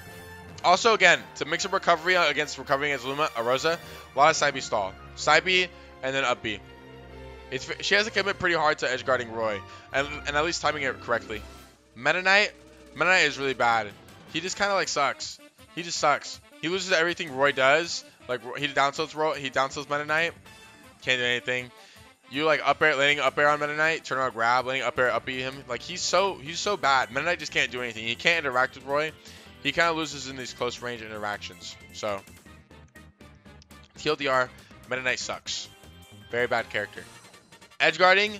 Honestly, I like to keep my jump, and I like to just like drift in and up B. I don't like to give many openings to him because his edge guarding is really good. So it is something to take note of with Roy. But once you up B and you have your double jump, you're usually straight because none of his attacks send low. All of his attacks send really high. Like his down air will still send you high. His nair sends you at like a low curve actually. So if he nairs you, then you're kind of forced to do that, but back air and forward air will send you high. So if he hits you and you sub your jump, it's easy. And yeah, I just ban FD Kalos. I don't think against this character. Or if it's Lilat's legal, I ban Lilat and Kalos. Banjo is probably very close borderline, super duper winning, and not this. I think Banjo combos are pretty annoying on Roy, and he's just annoying in general. But he kind of like has this plant factor where he like can't approach you. Wonder Wing is pretty cringe. To be honest, I haven't fought a Banjo too much out of Wi-Fi besides before Wi-Fi. So it was like before Wi-Fi I fought a little bit of Banjo, and I thought Roy like slightly won. And then I fought Banjo on Wi-Fi, and Banjo just destroys Roy on Wi-Fi for some reason. But I think offline it's probably either super duper winning or not, or like just slightly under that. So yeah, I just think it's slightly under that. I wouldn't say Roy bodies Banjo. He's a little bit annoying. He's just really annoying. But if you treat him like Plant, you just down tilt a lot. You do a lot of cross up nairs if he gets too close. And you take note of Wonder Wing every time it comes out. You should be fine. Bayonetta So personally, I think this matchup also could be super duper winning. This matchup could be super winning, but I think Bayo just has like a little bit too much edge guard for Roy. That like it's just a little bit too hard. Honestly, I could see Bayo being in super duper winning. Honestly, I don't know how she's not in super duper winning, but I just think that a good Bayo can, you know, give a little bit of trouble. So Roy definitely beats Bayo pretty hard. The way I like to play this matchup is if she up Bs, you can just up air at a shield every time. Don't be afraid of upping. A lot of the time you're baiting up B. You're baiting her to up B, and you're baiting her to swing, because she's really good at bait and punish. If you jump in the air, side B, you get hit. If you throw an unsafe hitbox on her shield like jab, up B at a shield, you get hit, and then now you get comboed, and you don't want to get comboed. So a lot of it is being close to the ground, using all your movement to scare her, and then baiting the short off side Bs. Baiting short off side B and then punishing with back air or up B. It's not that laggy. You gotta be ready for it. So it's not that laggy, and it's laggy at the same time, where you can always punish it if you shield like the middle hitbox, and then you can back air or you can up air, or you can up B. So don't want to be too close to Bayo. You want to play at that middle range where you can like bait her. And sometimes if you want to like mix up on Bayo, land near her, shield, and then she up Bs, and then up at a shield. Next up, Bowser. I think Bowser is slightly winning for Roy. It's a little bit closer to even though. Up B is very good in this matchup. If like he jumps at you, you can just kind of like take a hit, and then up B, or you can just dash back and then down tilt. A lot of times Bowser is like fast, but his best approach options are from the ground. Like if he's sliding F tilts, he doesn't get much off. He just gets F tilt and then less pressure. A big thing is camping Bowser. You don't really want to approach Bowser in this matchup. You want him to approach because he doesn't necessarily have like ways to get in on you without like just aggro forward air or aggro neutral B. But his anti approaches are really good, and that's where he excels on most. So not approaching Bowser is very huge. I don't like spot dodging that much against Bowser because of up B out of shield. So in terms of offensive, do a lot of do like an offensive option, and then like try to get out of there as fast as possible so you can get up B out of shield. Like if you do landing up air, you could run away and then he'll up B and then he'll whiff up B. But if you like up air and then shield, he doesn't have to up B and then he like side Bs you or grabs you, and you don't want to avoid that. So just run away, and if he side Bs or grabs you, the distance you ran away, you lose your reactable, dash back, and that's a nair combo right there. He also just dies to jab F smash and jab side B very easily because he's so big and he's such a fast faller. So super huge there. Also, he gets true comboed by like double jab. So you just jab, or I think it's triple jab. Yeah, he gets true combo by triple jab, jab, and then you do whatever combo you want after that. Obviously the back hit of jab or like the inside hit of jab. Ledge trapping him.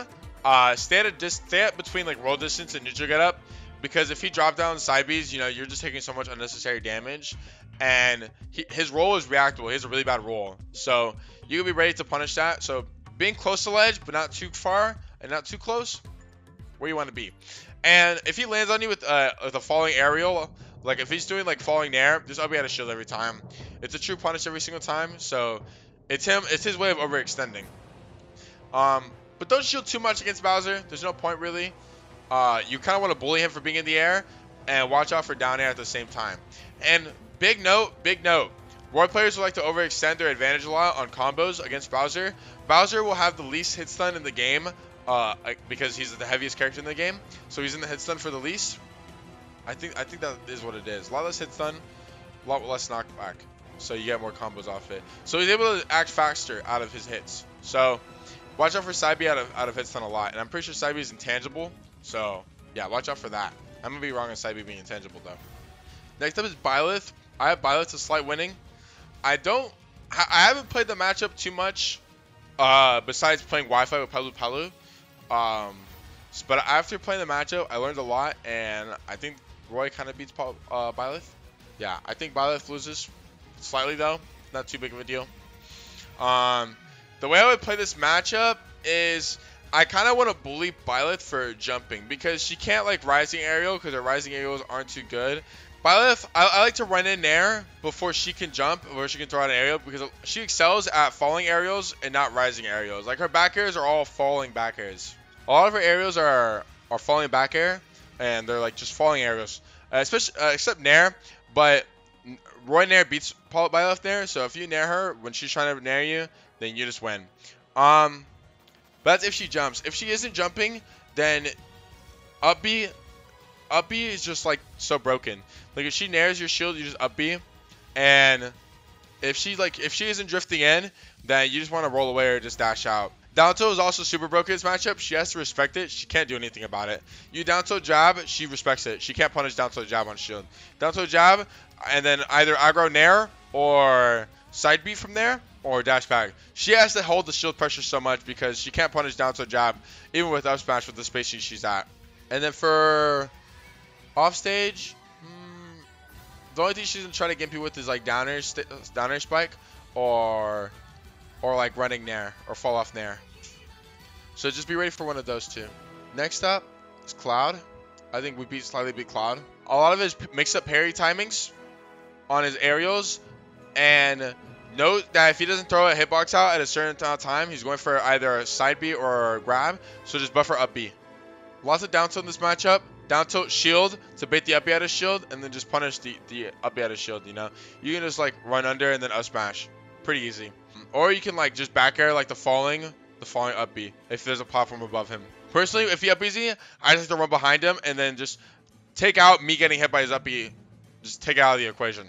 When it's off stage, if he has limit, honestly, sometimes you're just gonna die to drop down side B, drop down limit cross slash. That honestly is the L you have to hold. It's pretty hard to outmaneuver that. Sometimes you have to go high, but which always means sweet spot down tilt, right? Yeah. That's only every time he'll try to edge guard you. He can also do drop ledge nair, but it's a bit too risky, and you should be keeping your jump when you notice that he's looking for something like that.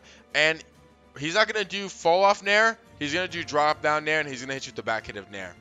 So yeah, if he's falling up B's on you, if he does the second part of his up B in front of you, just drop shield side B every time. Side B, if he does 1-2 and he keeps going, I'm pretty sure you can always true punish cross slash with up B out of shield every single time. If he does 1-2, up B every time on reaction. 1-2, up B, because there's a slight pause after the second hit. Forward air, what I like to do is I like to close the gap. And then like I go for like a parry on it. Because he's not gonna nair, he's just gonna get forward air. Like he's gonna parry forward air, and or I'm playing forward air and it's gonna be unspaced, and now I'm gonna down tilt or I'm gonna side B him, or I'm gonna F smash him honestly if it's that fucked up. Back air, I like to close the gap between him and back air because they're gonna be forced to rotate options between back air, cross slash, or grab. Bans against Cloud, I just ban triplats. Yoshi's a battlefield, I just get rid of it. No point. Next up, I think Dark Pit and the Pits lose. Not surprised there, they just lose. It's not really that, it's pretty bad too. I'd put it like right here. The way I see it, it's kind of like Byleth. They just suck. They just suck. It's like Byleth and Falco. Actually, it's just like Falco. I'm really fighting Falco when I fight Pit. It's actually the same exact character. Duck Hunt, Roy beats Duck Hunt pretty easily. I don't want to go too into detail with the Duck Hunt matchup because I could talk for like 10 minutes on how to beat this character. But basically what it is you want to isolate the can from Duck Hunt's game plan, or you want to shield the can. If the can is between, so if it's Duck Hunt, can, you, not good. Not good. If it's Duck Hunt, you, can, good. Do this. Don't fight with the can in front of him. You want to isolate the the can from the matchup. You don't want to care about the can. Isolating it as best as possible. So Duck Hunt kind of gets bodied. Down tilt is really good against him. Side B is also really good against him because it's really hard for Duck Hunt to actually punish side B for some reason. Like he just can't. He has no speed. He's not really that fast. He doesn't have good out of shield options. Down tilt, jab. Down tilt is really good. I like to jab from front, and I like to do a lot of forward air, and I like to up air because he's short and he can crouch over it, and it's easy for him to whiff punish up air. A lot of forward air, a lot of down tilt, and a lot of side B. Roy can also edge guard Duck Hunt very easily. Something you want to pay note of is being ready to punish Clay Pigeon. Clay Pigeon has like 40 frames where he's in lag after throwing it out. So it's very laggy if you could jump over it and just F smash him. Jump over him, F smash. If you can call him out for doing a bad Clay Pigeon. Not many good, Duck Hunts will throw it out very like loosely like that though. But that is how it is. With Gunmen, I just like run up down tilt them. Run off down tilt or run up forward there them. If you hit them, they can't use them for a while, like Smash 4 Knight, if you guys played Smash 4, which probably like one person of you has. So yeah, he can't use gunmen after a while, and all gunmen have a sound cue, by the way, where they say fire, and then they shoot. So they all have different timings. So don't hold shield when he throws that gunman out. You want to punish him for throwing a gunman out. Stage bans. I just ban after Kyle's. I don't care. Roy Ganon. I think Roy beats Ganon. I'll put it probably on the middle. I don't know. He just hits Ganon. He bodies Ganon. It's pretty easy. You up beat him if he hits your shield at all. I don't know. It's kind of self-explanatory. I don't know. I don't know how much to say there. Snake. Snake is even Steven, but not to be confused with even Steven because Steve is fucking broken. Thank you so much, Ant. Steve or Snake. Steve's in my fucking head right now. Damn. There's so much I could go into this.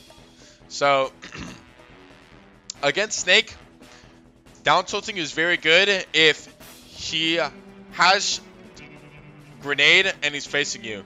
If he has grenade and he's facing behind you, that means his grenade is like this. He holds it down. He holds it down. So if you down tilt his shield, if you sweet spot down tilt his shield and it's facing his back, it's gonna blow up grenade.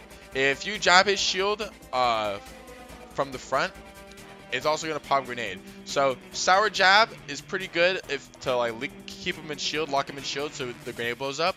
And down tilt is also very good, especially sour down tilt. I also love doing cross up nair on Snake because if you cross up nair, he can't punish it at all, and he's forced to keep holding shield because of his grenade. So it's also pretty lasting. So if you can time it right, you just shield lock him and to keep holding the grenade, and that's so much shield pressure on him where he's forced to go back and camp. The biggest thing you want to look for in this matchup is punishing grenade. You don't want him to pluck grenade for free. Every time he plucks grenade, you want him to be uncomfortable or in a bad spot. So cross up nair works a lot with air. I like down air in this matchup too because he can't crouch down air, but he can crouch up air pretty easily. So I like the down air over up airing in this matchup actually. So it's either nair, down tilt, sour jab, or down air. But I don't down air too much. And I think retreating back is pretty good. I like to play at a spacing where I can threaten him with just like where I am in the map, or I like to play around dash attack distance. I play around dash attack distance so I can be ready to punish any dash attack or roll in. It's a big thing like that. If you cross him up with anything, he can't punish you without a nade, right? Yeah, he can't punish anything at all if you cross him up. He's too slow. You could down tilt him, walk back, and he can't punish you. He literally can't punish so many things you do because of his speed. He's too slow. So when it comes to recovering against Nikita, I try to side B forward air it, and then double jump up B. Or side B forward air, and then just up B back to ledge if I have time. Up B is also pretty good in this matchup.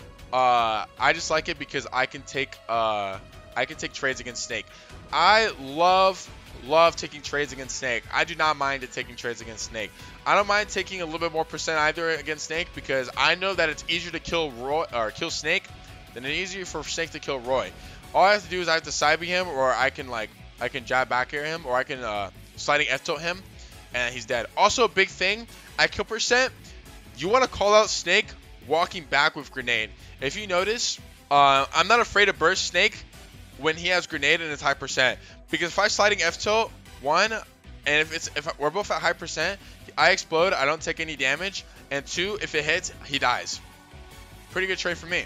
Love taking trades against him. And also, Snake kind of conditions himself to spot dodge after he plucks grenade.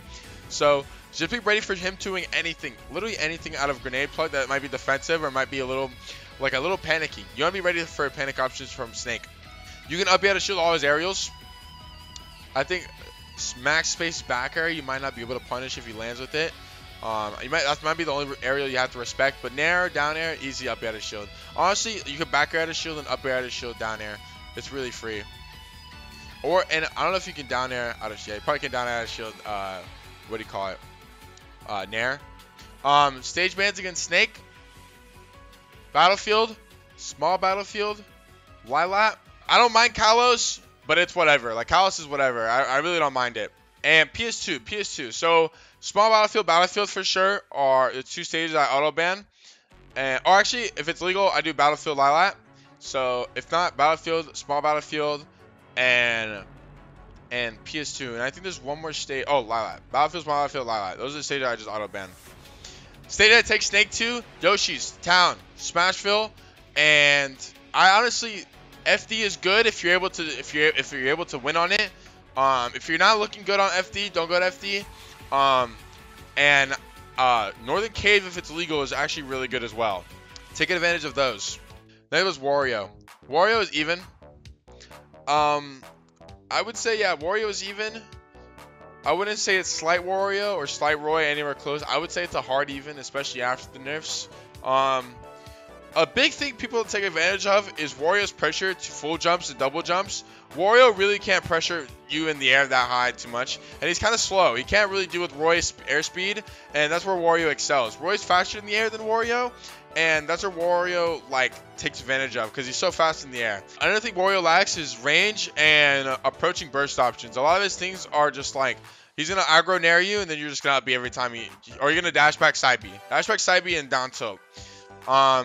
So full jumping a lot, being in the air, and being away from Wario and forcing him to approach is super good. You don't really want to fight Wario and like approach Wario on like by you approaching him, because then that like he just out smashes you or he just aerials out of shield, and it's pretty good for Wario to fighting from that stance. But he's not good at approaching, so if you can camp him, and pressure him to force you to fight, to force interactions that he's uncomfortable in, you'll get a lot more interactions like that. Obviously, you don't want to camp too much because you don't want him to get full waft and then just die. Stage bans against Wario. I always ban Battlefield Smashville. It's like a Smash 4 thing where he was really broken on Battlefield, and on this stage, he's really good on Smashville, so I just banned that. That's what I think about Wario. Also, don't shield too much against Wario, unless you're just going to up you out of shield. If by a certain point he's in the air and he hasn't aerialed yet, he's probably going to chomp. So, or he's probably going to do a really late forward air. So just don't be afraid to up B. Back to Hero. He's really slow. He has no multi-hits, so you can easily parry anything he does. And he's really slow in the airspeed.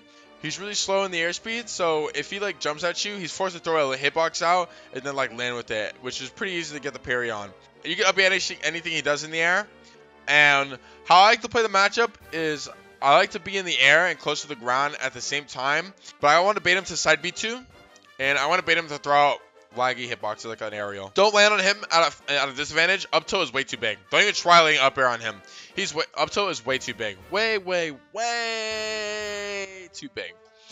I like nair a lot in this matchup too. Crosses him up really easily, and if I do something like that, I kind of just shield, and then I up air.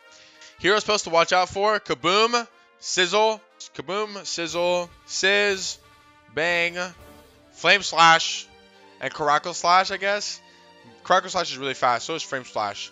So just watch out for those. Just be ready to jump away from him. You can't Hero up you out of shield if you cross up nair. Yeah, he can up you out of shield, but nothing's happening because he's not hitting you with the ground hit. He's hitting you with the top hit. If you do a bad nair, if you do a good nair, you shouldn't be getting up out of shield. If you're really crossing up with it. And just don't double jump at a disadvantage. Hero's a character. He's pretty bad. So if the only way he's going to push his advantage is if you give him options to push his advantage for him. So, dude, there's so many characters in Ultimate. Next up, the Ice Climbers. It's really hard to describe this matchup. So I'm just going to say down tilt a lot and up B a lot. Just up B a lot. Up B a lot. Just up B a lot. She jumps in on you, up B. Don't even think about it. She runs in at you, just up B. Don't even think about it. If you look to grab Popo, don't grab Nana. Only grab Popo. Grab Popo from the front, throw, F smash Nana. So two things that are really important in the Ice Climbers matchup. One, if you don't already know this, you will go through Nana. So she's kind of like if it was in doubles where you go through someone, then you just go through them. It's like doubles or Smash 4 even. You're faster than Nana, so what I like to do, if I hit Popo with a really hard move and Nana has to run to Popo, I like to run past Nana and F smash her the other way or F tilt her the other way. And when Nana is desynced from Popo, this is exactly what will happen. Nana will miss a tech, neutral get up, and then start running. That is exactly what happened. Every single time Popo and Nana are desynced, Nana will neutral get up, miss tech, neutral get up, run. Nana will never hit a tech and never jump or do something else after teching. Forward air is pretty good, but you want a forward air so you can only hit one or sour spot. You don't want a sweet spot. You don't want to fully commit because your move is a lot more minus than -4 because of you're hitting 2 shields. So you're in a lot more shield lag. So watch out for that especially, and don't be afraid to grab. Don't be afraid to grab. Don't be afraid to up B, side B. Every time Ice Climber's up B's, just side B's, just up B. Don't even approach too much because you want to be ready to react to that side B. Next is Ike. I think Roy bodies Ike. Honestly, it might be here. I could see it being here, but I'm gonna give my man Ike some respect and put it right there. Roy Ike is just really bad.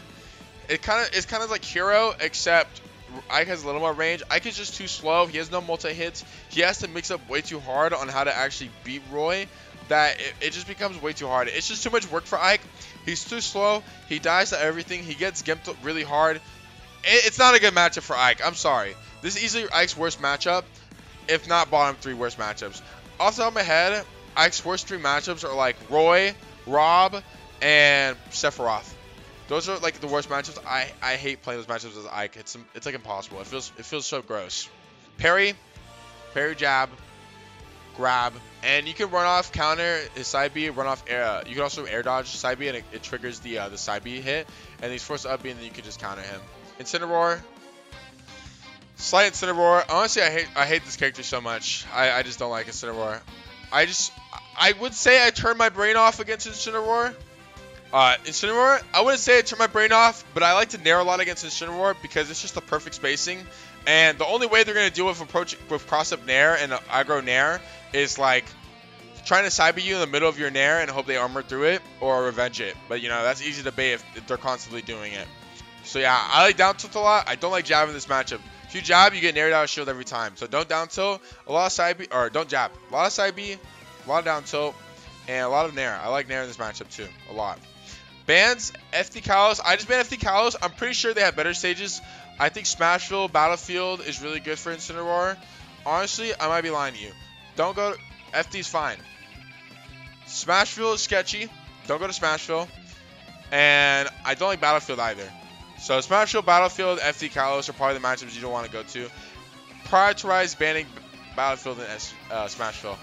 Kazuya, Touch of Death character, Slight Roy. I'm going to be honest, I haven't played the matchup too much besides my practice session with Burr after losing to him. But I was able to see like a lot of flaws with Kazuya, able to see how to like exploit Kazuya in neutral and disadvantage. But yeah, I think Roy wins slightly.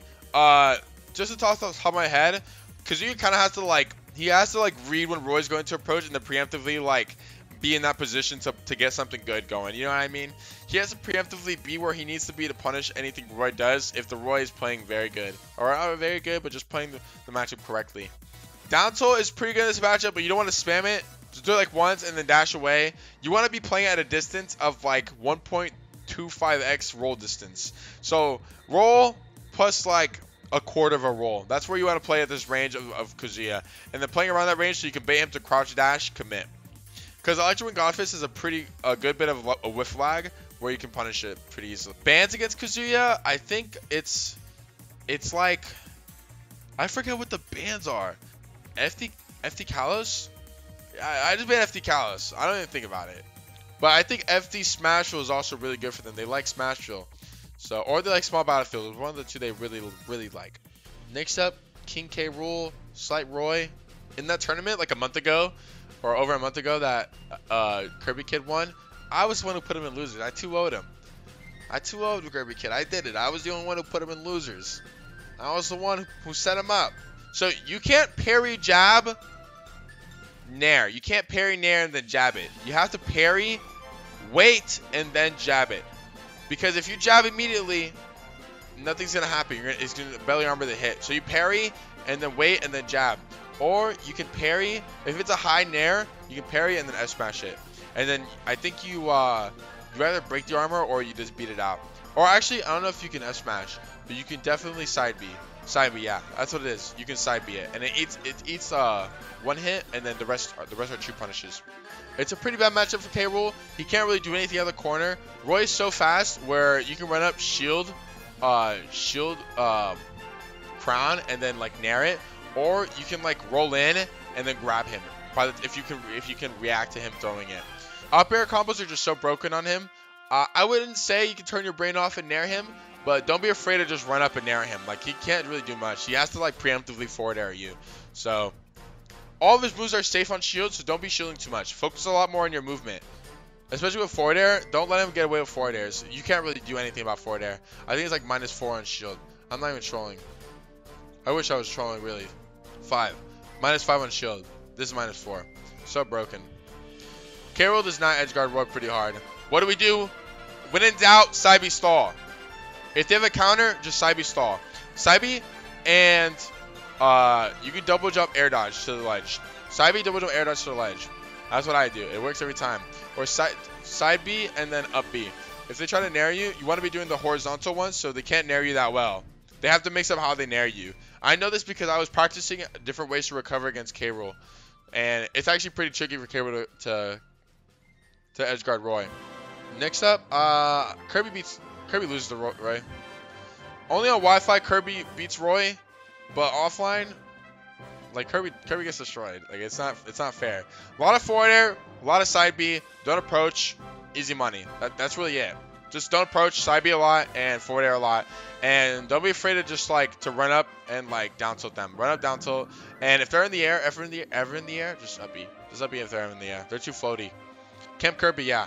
Don't approach Kirby at all. Kirby has no approach options. He's only going to approach you with dash grab, forward air, or dash tack, or dash tilt. Next up is Link. If you can play at a range where you can punish Link for jumping, and you punish him, all your attacks are faster than him except Nair maybe, but you outrange Nair if you do forward air. So if you can cover the jump easily, then you can just punish him for just being in the air, just jumping.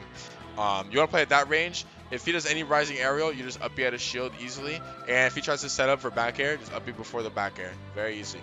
That's a big thing.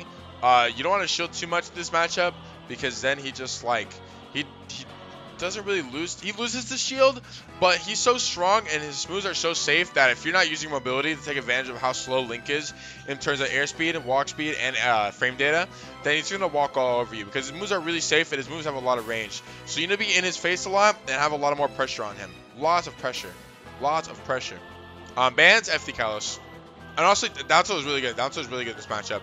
Down tilt shield. Don't down tilt jab because if you down tilt jab, he's gonna up B after the down tilt. Next up is Lucas. Roy bodies Lucas. I'm not even gonna front.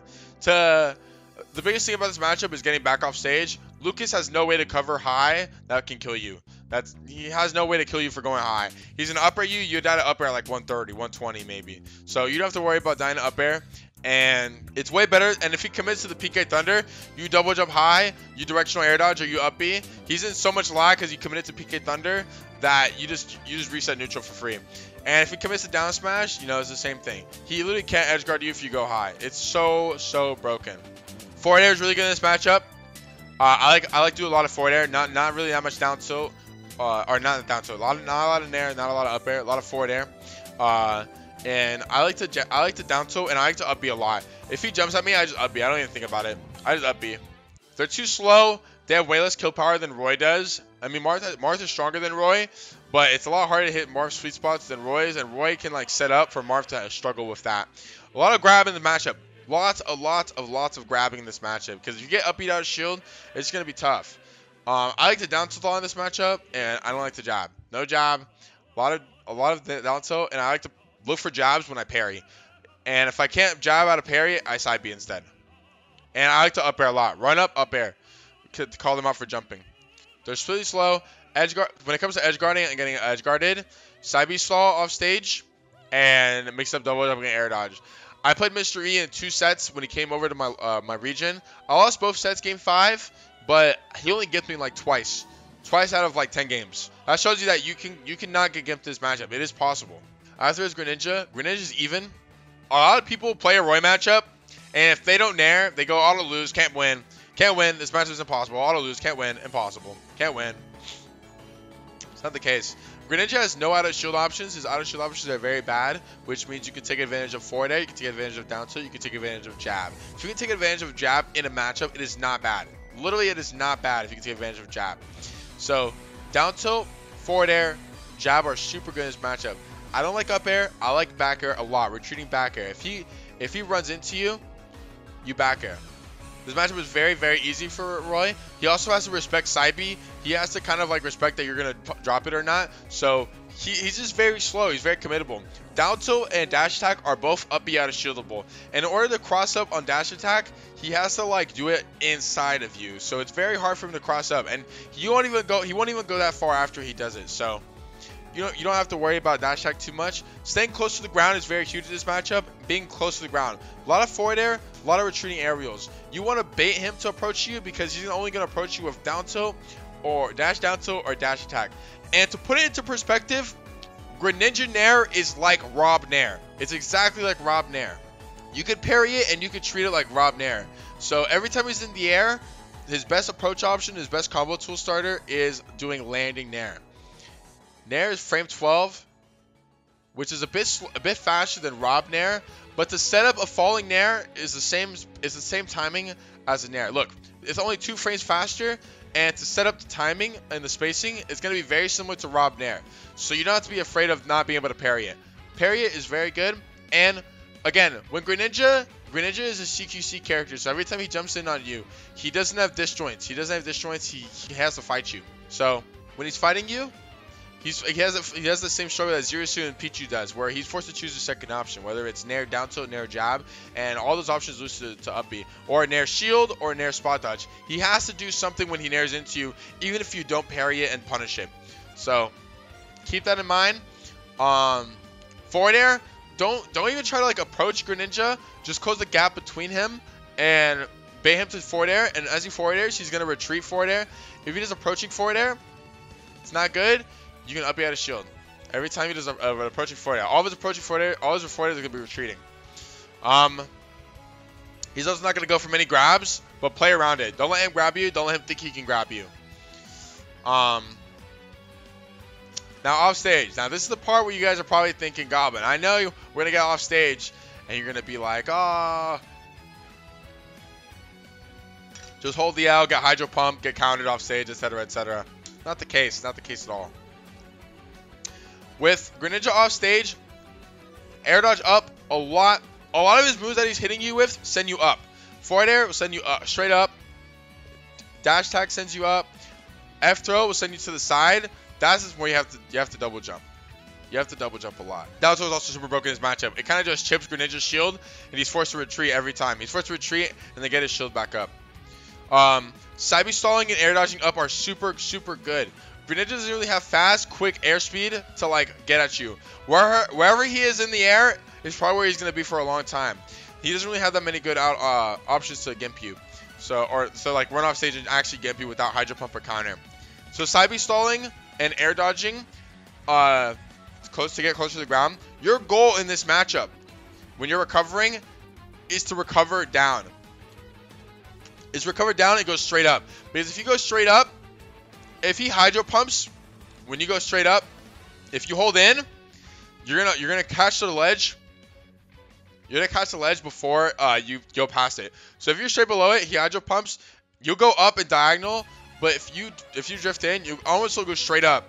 You go straight up and then you'll grab ledge every time. So he has to read you by dropping ledge and countering. That's the only way he can do it. That's the only way he can edge guard you, if he does drop ledge, counter. And you know he's gonna drop ledge counter because they don't do drop ledge up B. They do up B from the stage. So now how Greninja does in this matchup is a big thing he's going to be taking advantage of is Roy drifting in and catching Roy running away. What Greninja does in this matchup is you want to be on top of Roy, and you don't want Roy to get space to think how he's going to do. And you also don't want to lock yourself into shield as Greninja. You want to be very on top of Roy. And you also want to be very heavy on parrying Roy forward air and baiting Roy down tilt by reading when he's going to down tilt and then running in and then nairing it. And also just playing that camping game and letting Roy have to work for his approaches, like a lot of forward airs, is very good. And knowing when to grab is a big deal too. Roy beats Mega Man slightly. Roy's always good against Mega Man, but I feel like Roy he's just really good against Mega Man. Roy takes huge advantage of the fact that he has a really good approach from a 45-degree angle from the air, and Mega Man does not deal with a 45-degree angle approaches well at all. He really doesn't do good with them at all. So Mega Man jumps, or he jabs, or he nairs, you forward air, and that's easy. And if he doesn't, if he shields, while you're in the air, if he isn't committing to anything, that's it. Land near him, not on him. Land near him, and then either down tilt, side B, or just like dash back or something. Don't jab his shield because he can always up smash out his shield. So, but down tilt and like nair are like your best friends in this matchup. Same with up air. Unless he parries up air, he can't really punish it that well. I don't know if he can turn around up tilt, up air on parry, but he really doesn't have that many options to deal with falling up air, especially if you space it too. So, crossing him up and approaching a lot from a 45-degree angle, and you can get away with a lot of nairs against Mega Man too. It's very good. And you can also call out Mega Man for bad jumps with run-up jab because it's really good anti-air. You also want to condition Mega Man off stage just to make mistakes so they can get like edge guarded, because they do make a lot of big mistakes. All it takes for them to turn around at frame 6. So if he parries it and it's a perfect up air, that's frame it's -5, which is -8. So if it's 2 frames to travel over to turn around and up tilt Roy, then he has time. But I don't know. It seems pretty hard. Bans FD Kalos. I just auto ban FD Kalos. Alright, so I'm gonna put them all around the same time. Mii Brawler, Mii Gunner, Mii SwordFighter, all slight Roy. To go into briefly, we don't really care about Mii SwordFighters. We don't really care about the Mii matchups. Mii Brawler, a lot of side B, a lot of dash away, a lot of movement, heavy movement. You don't really want to box with Mii Brawler because all of his moves are so safe and all of his like landing arrows are so safe that you kind of just want to like drift away and like punish him for trying to get in on you. A lot of beta punish. Ban Yoshi's especially if it's throw cut. Ban Yoshi's. And ban Battlefield. I think it works well on Battlefield as well. So, and FD is a pretty good Mii Brawler stage as well. Mii Gunner. I don't really have much to say about this matchup except it's pretty easy to get in once you realize their patterns. And I like up air to shield a lot in this matchup if I'm close, and I like to grab them a lot. And down tilt's also really broken if you get close. I don't play too much against Mii Gunner. I'll be honest with y'all. Mii SwordFighter, kind of the same thing. It's kind of like Link, where you play at that range. A little bit more disrespectful though. You play at that range where if they do anything, you just up air to shield or you outbox them. You always outbox Mii SwordFighter. He's slow. He kind of sucks. If you shield Tornado, also don't try to beat Tornado. Just shield it every time. Shield it. If you even parry it, you just run up and like you just hit him for it. He's like in 60 frames of lag. It's so laggy. I ban FD Kalos, Yoshi's Battlefield, FD maybe. Ness, like, he boxes Roy pretty well. He keeps Roy out pretty well.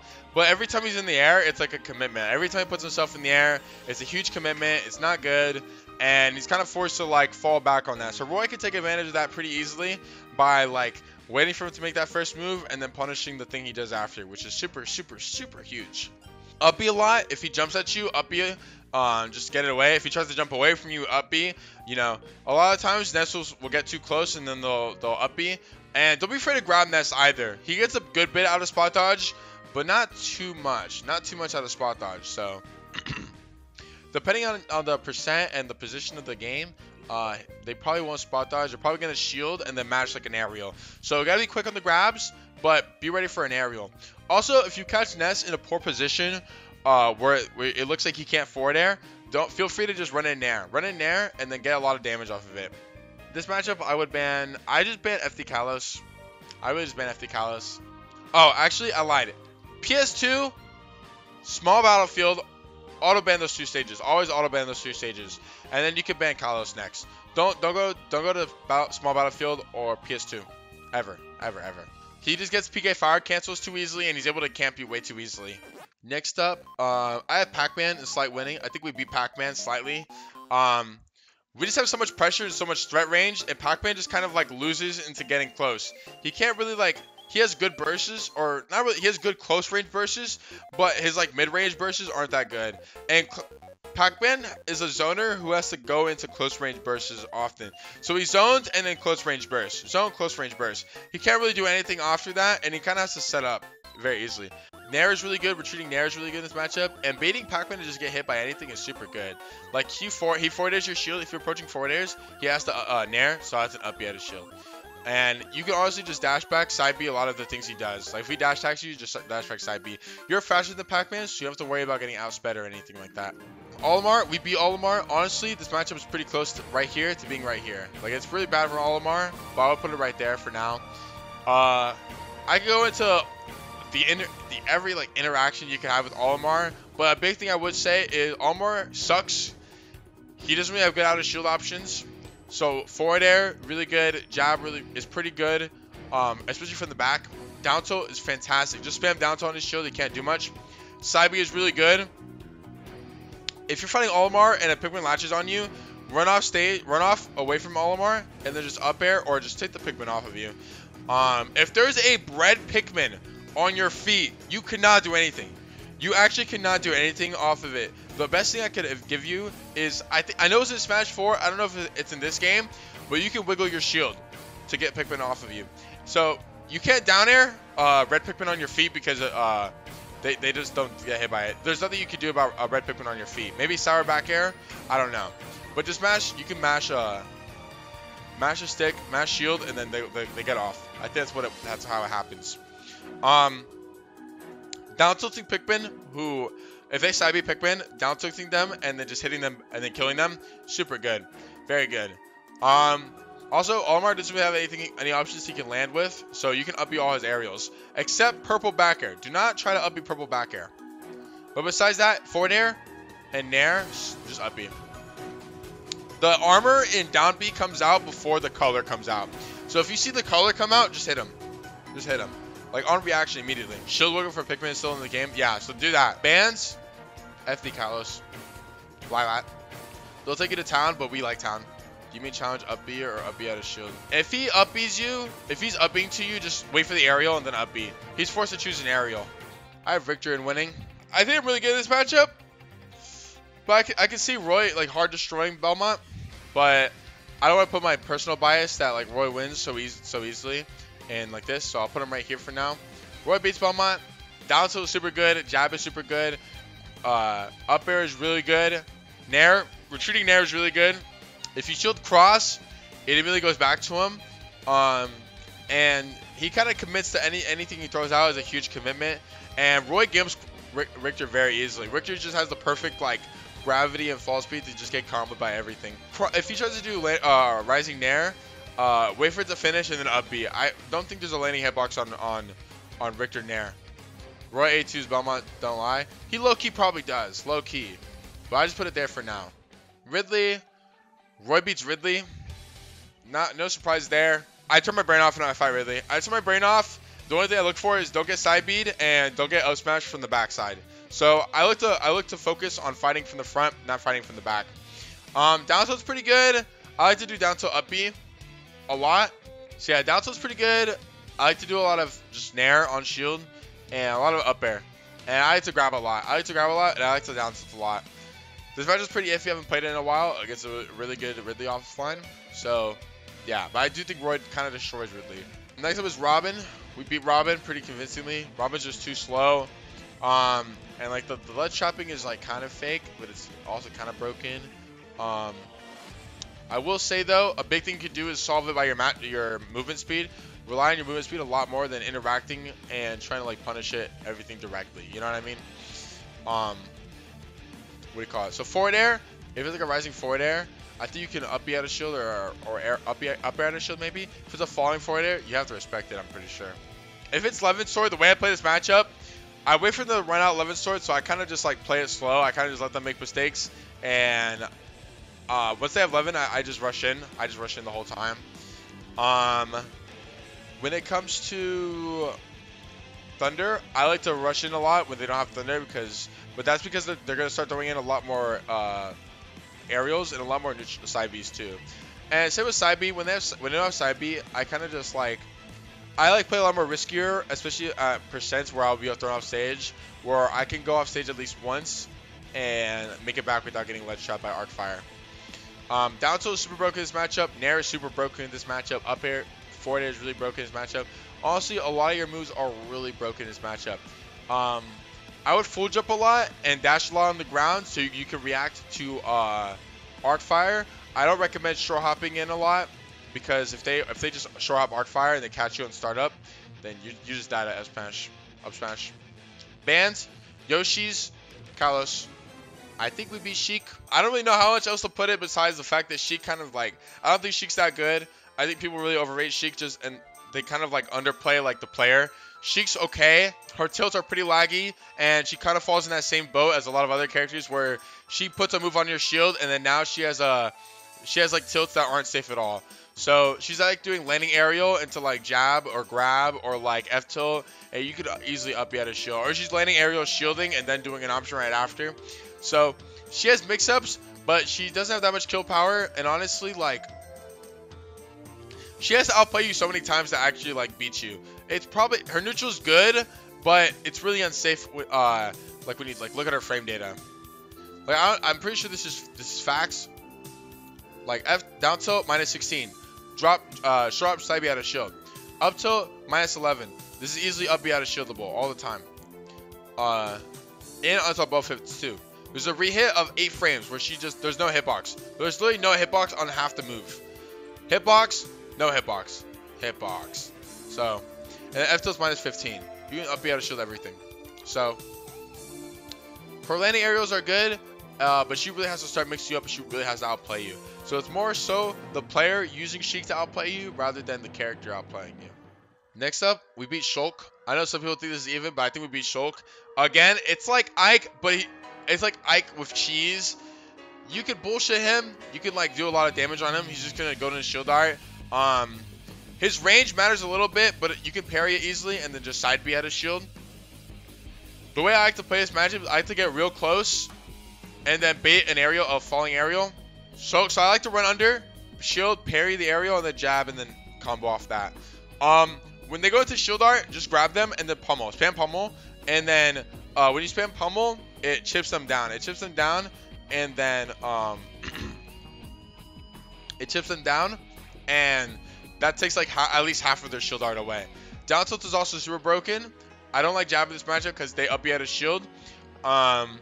And I like Nair, but I like Nair if I'm close. If you're too far, don't Nair because you just get hit by back air, you get hit by sweet spot back air, you just die. It's not worth it. It's really not worth it. So yeah, bans, FD Kalos or Town Kalos. Yeah, I like Town Kalos. I like to ban Town Kalos against Shulk or FD Kalos.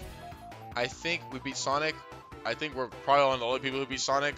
Side B just destroy Spin Dash, and you can kind of like run up and like react to the side B, and there's a certain point where they have to go like a third of their travels distance and then jump, I'm pretty sure. So you can play around this range where they have to side B, you just side B on reaction, and it's actually reactable. Like, you gotta be prepared for it, but it's actually reactable. Forward air is better than Nair in this matchup. Do a lot of like forward air, just kind of like forward air, swing, and fall with it. Don't Nair because Nair is like too easily punishable. And when I have, you can also up air to shield homing attack every single time if you don't know. And if Sonic is close to me, I kind of like to grab first, or I just like to down tilt a lot. Don't jab Sonic on shield up front, jab from the back. Sonic has no out of shield options from the back. He suffers the same problem as Wolf. Next up is Terry. I think we beat Terry. It's kind of similar. I'll be honest, it's kind of similar with Shoto's, except there's a little more to it because if you kind of have to up B first and not tank a hit, so you have to up B every time he jumps at you, but you can't up B a lot. You can't up B shield camp him because he has crack shoot, and so he already forces himself onto you, and you know crack shoot is pretty risky. So and jab is pretty good on shield, so it's not like Ken. It's not like Ken and Ryu where they only have really good. They have only good landing aerials into getting in, so it's a bit harder. I recommend upping out of shield a lot, but dashing back side being to be ready to them, to be ready, and do a lot of down tilt jab. They can't punish down tilt jab. Bans, I just banned FD Kalos as well. All I use are just FD Kalos bans, because honestly on FD you just have a lot less of a combo game than a lot of other characters, and you don't want to be playing at a disadvantage. Toon Link, we just beat Toon Link. We also beat Young Link. TLDR for both of these matchups, Roy just outranges both of these characters. With Toon Link specifically, you don't approach Toon Link, nothing happens. Toon Link just like, you camp Toon Link, he can't do anything. He actually can't do anything. He sucks. Toon Link just sucks. He's a terrible character. Roy outranges him, you up B everything he does, Easy. If he F tilts your shield, I think the only move you can't up B out of shield that he has is like F tilt, up tilt, F tilt, up tilt are the only ones I think you can't up B out of shield directly. So yeah, that's it. Young Link, falls hit problems of Sheik, a lot of 50-50s, and if you camp Young Link, he kind of struggles. But if you also aggro on him, you force him to choose more of these 50-50 interactions, and a lot of them lose to up B. And down tilt just kind of like murders his game plan. Down tilt jab, and if you down tilt jab, he has to respect it, and he gets hit by sour jab, and then he falls into that same problem that Pichu falls into, where he gets put into a lot of tech scenarios. Also, Young gets the worst role in the game, so you can easily position yourself to be between roll distance and neutral get up, and you can jab like on reaction, jab or side what he does, and if he jumps, you can just forward air or raw back air. Against these characters, I just been FD Kalos. Fox is even. I will say Fox is even or slight winning for Roy. So this is one of the better, one of the easiest winning matchups we have. Very easy to die. Loses to F tilt. Loses to not F tilt. He loses to the same thing that Sheik, Zirasu, Pichu does, where he nails on your shield and he's forced to choose like a second option. So he gets up beat a lot. Up beat is so good in this matchup. If you dash attacks your shield, I'm pretty sure you can up smash out of shield every single time. Oh wait, up tilt. Dash attack, yeah, up smash out of shield. Up tilt, up smash out of shield. Down tilt, soar upside B out of shield. Don't jab his shield. Do it from behind. Just up B. Don't even think about it, because most of the time they're just mashing nair into jab. They don't think about shielding first. Down jab up B every time they land on you, and if they start shielding, then you go, okay, they're starting to shield, so I'm gonna start chilling out. Fox, yeah. So big thing like that, and dash back a lot. You can up air, you can, what do you call it? Do a lot of aerials on Fox, because Fox is bad out of shield, especially from the back. But Foxes are like known to hit a lot of parries, because that's the archetype of their character. So be wary of that. So be ready to mix up a lot of mix-ups on his shield. Preferably not many grabs, because Fox has really quick moves like jab and up tilt, and they're not going to stay in shield forever. I like landing side B a lot against Fox. It's pretty good. And down tilt is really good against Fox, because he just immediately goes to that ground. He immediately goes to the ground, and since he's such a fast faller, if he rolls in, you can cover roll in on reaction at like 80-90%. And if he techs in place or rolls away, you know, you kill that on reaction. Like he just doesn't, he gets tech chased too easily. Bans FD Kalos. And also small battlefield as well. But yeah. Villager, we beat Villager.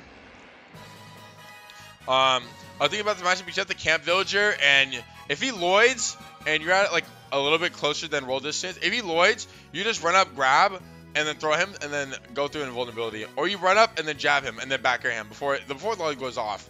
He has so much lag when he's in Lloyd, and not many people know that, and they give Villager too much respect. When you respect Villager, that's it. The set's over. The set's over when you respect Villager too much. Don't even try it. Play it slow. Don't really try to rush in all the time. You don't have to rush in. Don't play at ledge by Villager, because that's where Villager feels the most comfortable, by ledge. And avoid getting cheesed. What do you call it? Jab is not good on shield, because if you jab his shield, then he just nairs you out of shield every single time, and that is not pretty. Don't get naired out of shield. It's not good. Mix up recovery. Make sure recovery timings, so you can't get nair gimped or bowling balled. Super huge. And don't try to counter Tree. If you try to counter it, it's just not worth it. Don't try to counter Lloyd either. I don't recommend countering Lloyd. Bans, triplats, ban Yoshi's and Battlefield all the time. Don't let them go there ever. I like FD. I like Smashville a lot, and I like Town a lot. Any MUs when you leave FD Kalos open. This is one of those MUs where I leave FD Kalos open. We beat Wii Fit.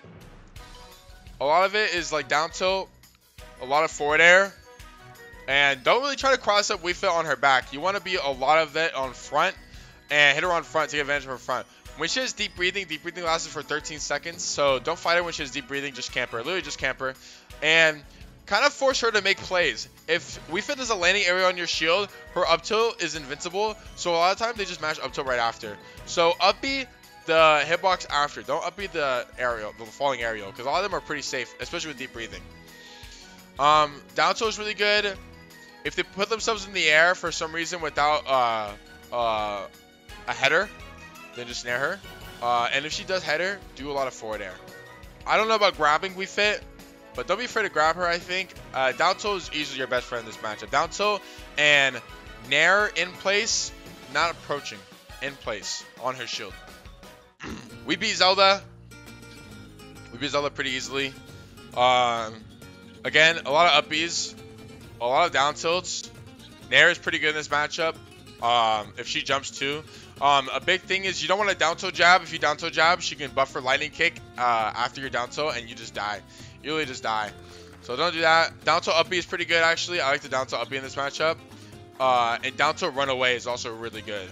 Watch out for getting grabbed. Watch out for getting neutral bead. You don't want to get neutral bead too much, so watch how you your combos. A lot of your combos should be ready to be baiting a neutral bead and hard punishing them. Be ready by up smashes or F smash.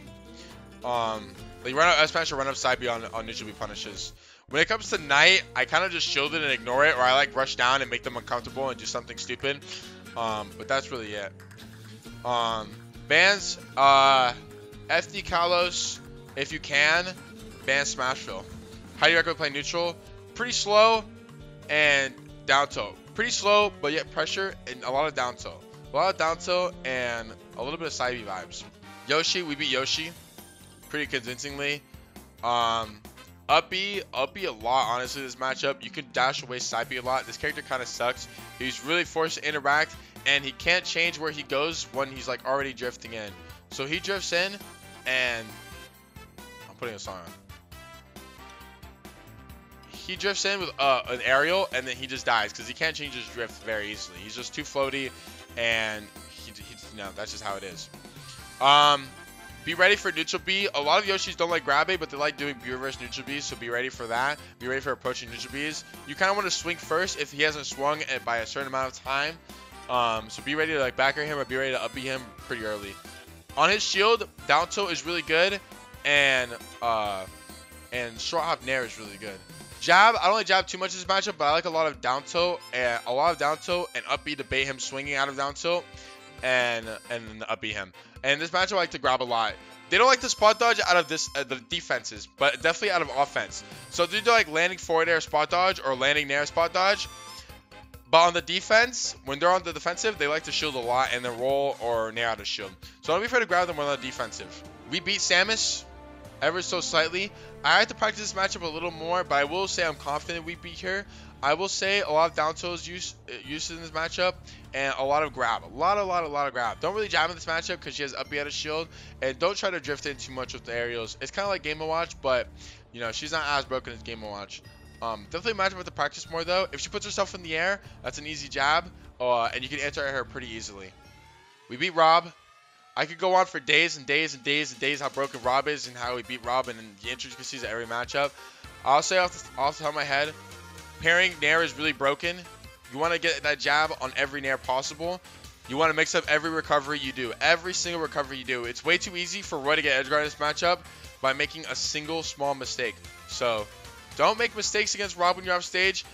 A lot of side Bs, very risky jumps you're going to have to be making, and very risky air dodges you're going to be making. But don't play it too fast. You want to be ready for the timing of it all. For down tilt, treat it like Steve up tilt, how we talked about earlier, where if he does it once, he's probably gonna do it again. So up B after the first one. With R.O.B, it's a little more unreactable, so it's like down tilt. So you have to read what they're gonna do after the second one. If it's down tilt spot dodge, down tilt shield, down tilt whatever. And also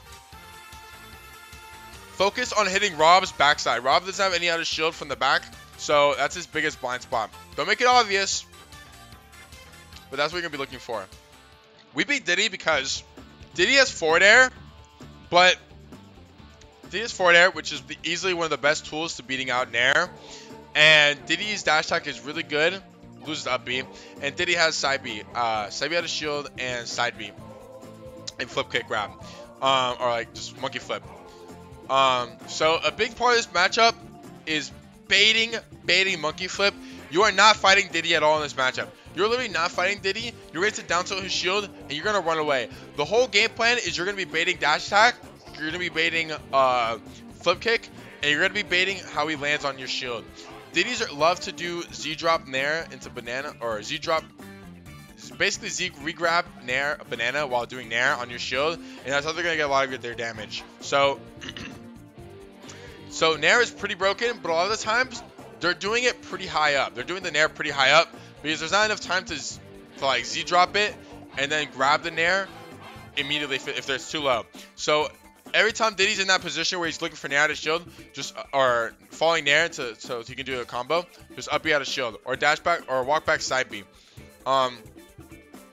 If Diddy is looking like he is going to, if it's center stage, Diddy will monkey flip, or in general, ignore center stage. If Diddy is in 3 positions or 4 positions, he's going to monkey flip. First one is from the corner. If he's from the corner, he's going to do it. If he's on the ground, if it's a center stage, he's going to monkey flip to either one of the sides so we can ledge cancel and then do it again. 3, if he does it off a platform, if he monkey flips, he's going to ledge cancel off the platform. That's the other time he's going to do it. And the 4th time he's going to do it is he's going to be out of hit stun. So watch out for that. Those are the biggest times he's going to do a monkey flip. And those 4 times are, you want to revolve rotate your gameplay around punishing those four positions and being ready for those 4 interactions. Let Diddy get banana, but pressure Diddy with banana. Ignore banana if you have it in hand. Throw it up, throw it away. Diddy can't beat you without using banana, and you don't need banana to beat Diddy. So he needs banana, you don't really need banana. Focus on that. Dash attack, you can always up out a shield. I don't recommend spot dodging in this matchup. It's not that good because Diddy isn't going to grab you first a lot of the time. He's going to banana and then grab you, or he's going to down tilt and then like dash attack you or something. He gets more off dash attack, banana, and nair than he does off grab. So he's not going to be grabbing you too much. There's no reason to spot dodge. Move a lot, use a lot of positioning, and use a lot of landing back air. Landing back air is so broken in this matchup. So broken. So, big things. Retreating a lot too. Not nairs, no nairs. A lot of back airs, a lot of forward airs, and a lot of side Bs. And down tilt, of course. I think we beat PT because Squirtle, the way it is with Squirtle is down tilt, forward air, kind of like stuff out his game plan. And Squirtle's always going to get 50 on you, at least. He's always going to get 50 on you, and that's just a L you have to hold. But you stuff out Squirtle really well, and you make it very hard for Squirtle to get in. And that's all you have to do, really. So by the time he hits you once and he does 50%, you've probably already netted 50% on him. So the game's still even. So down tilt forward is really good. And he shouldn't really be edge guarding you is all. He shouldn't really be edge guarding you. You have to worry about that.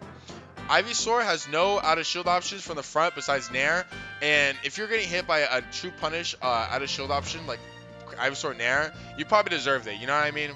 Edge guarding, it's finicky, but they nerfed it enough where you know the range isn't that big anymore, and it's not that strong. So you can just like up B the ledge. And if you side B stalled and have your double jump still, it's very hard for Ivysaur to actually know what to do.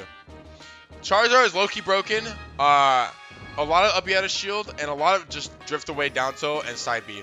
A lot of that. And don't be afraid to nair, but don't cross up nair because if you nair one, they're gonna up smash out of shield, and that's true punish all the time. So do a lot of in front nair and a lot of down tilt. Don't jab on shield because you just get up beat out of shield. And try not to be in a position where if you show out nairs, you get hit by it. Be away from that. You want to side B a lot in this matchup. And be ready to call out jumps. Bans, FD Kalos. I'm unsure of these 2 matchups. Sephiroth and Luigi. Both of these matchups could be winning, or they could be even. But I'm going to put them at even for now, because I still have to learn them a lot more. But personally, I think Sephiroth is even. We snuff out Sephiroth pretty easily. Sephiroth can't really box us that well. And, you know, he just doesn't really do that well under pressure. And Roy is able to take advantage of that very well. One wing is kind of broken. And you kind of have to let him get off ledge for free. And then just focus on keeping him in the corner. But he gets off ledge. And then now you have to play the corner game. Pairing is super huge in this matchup. And up B is really broken in this matchup too. I love up B a lot in this matchup. Down tilt is also your best friend. And so is cross up nair. Cross up nair is super huge in this matchup. Cross up nair, keep running away. He can't really do anything. With Luigi, it's a lot about calling out him being in the air and him jumping. So I could really go into it about how to like deal with Luigi in the air and stuff, but honestly, I don't have too much time with that. Oh, also he struggles with jab. Yeah, that's a big thing. But against Luigi, it's a lot of running away, side B shield, side being, down tilting, and a lot of grabs too. They might spot dodge a lot, but it's a lot of grabs, so you can just draw them off stage, and a lot of Cyclone baits. Bait Cyclone, don't play around Cyclone, bait it. Look like you're not playing around it, but you actually are. And always be prepared for it. Always be prepared for it. And if he Cyclones off the ledge, I didn't do it against Elegant, but you can literally just fall off and spike him. Don't be afraid to fall off and spike him. He's in 40, he's like, it's super laggy, so don't be afraid to do it. So Luigi and Sephiroth are even, but I can see both of them being Roy favor in the future. Chrom is even. I really don't know what to say. It's still a Ditto. The recovery doesn't make too big of a difference because it's a little bit hard to edge guard him. It is like a Ditto. Roy probably might have a slight favor. I will say this is one of the more maybe slightly winning ones, but Chrom does have some stuff on Roy, and Roy also has some stuff on Chrom. I think this is even. I think it's like a Ditto, and I like this matchup a lot. It's pretty fun. So it's like a Ditto. Against Chrom, I just ban FD Kalos. That's all I really care about banning. Because I like up B, and if he up B's, he can't mix it up on a platform. And if I up B, I can. So I like to get rid of FD Kalos. Game watch is even. Maybe slight Roy. Actually, probably hard even, honestly. Maybe slight even, actually. I don't know. But I definitely think it's even. Closer to winning, if anything. I didn't play that matchup that well against Meister when I fought him. There was a lot of things that like I actually just missed out on doing. Saibi is super good in this matchup. If he jumps and he forward airs, just ignore forward air and hit him. Because it's a projectile that explodes if it hits you and falls on you and then it detonates. So if you can swing first and beat out him jumping and forward airing, it's super huge. Staying on the ground is super good in this matchup, and you don't want to really approaching aerials a lot. I did a lot of aerials on Meister for some reason, just hoping he would drop shield, but he never really did. And, you know, I just fished too much in that matchup. Playing this matchup really slow, very retreat heavy, and a lot of very side Bs. A lot of side Bs are really good in this matchup too. I have to practice matchup more, but I like it a lot. I think it's really good. If he dash attacks your shield, you can up smash.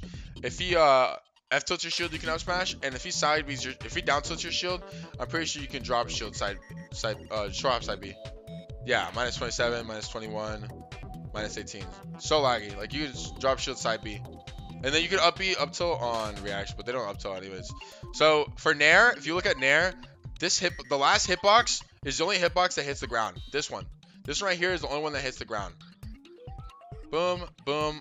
This only ground hitboxes. So if you can hit approaching game watch before that last hitbox comes out, you're key. Easy money. Back air also, you can parry back air on reaction. There's 4 hitboxes. 1, 2, 3, 4. And there's a pause between that 4th one. So you see 10, 15, 2, 3, 4. And then there's a lane hitbox. After this 4th hitbox, after 1, 2, 3, you can just up B out of shield. Or I think it's 1, 2, 3, 4, and then there's nothing. So I think it's one of those two. I think it's after the 4th hitbox, just up B out of shield. Laning hitbox, you'll armor the laning hitbox too after the 4th hitbox. So it's 4th hitbox and then up B. Bans, Smashville, Battlefield, and FD. Mario is even. I honestly used to think Mario was slight losing or maybe even. I honestly was thinking it was slight losing. But after watching Cola versus Dark Wizzy, I was able to learn a lot about the Roy matchup and how to play it properly. And I was able to just get a lot of knowledge on Mario in general.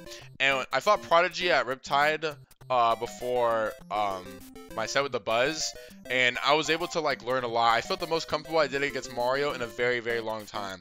So I think that was a good sign. I think I was able to learn the matchup properly, and I can confidently say it's even. It's a lot of dash back side B, a lot of down tilt, and not really committing. You're not really committing against Mario, and you want him to make mistakes.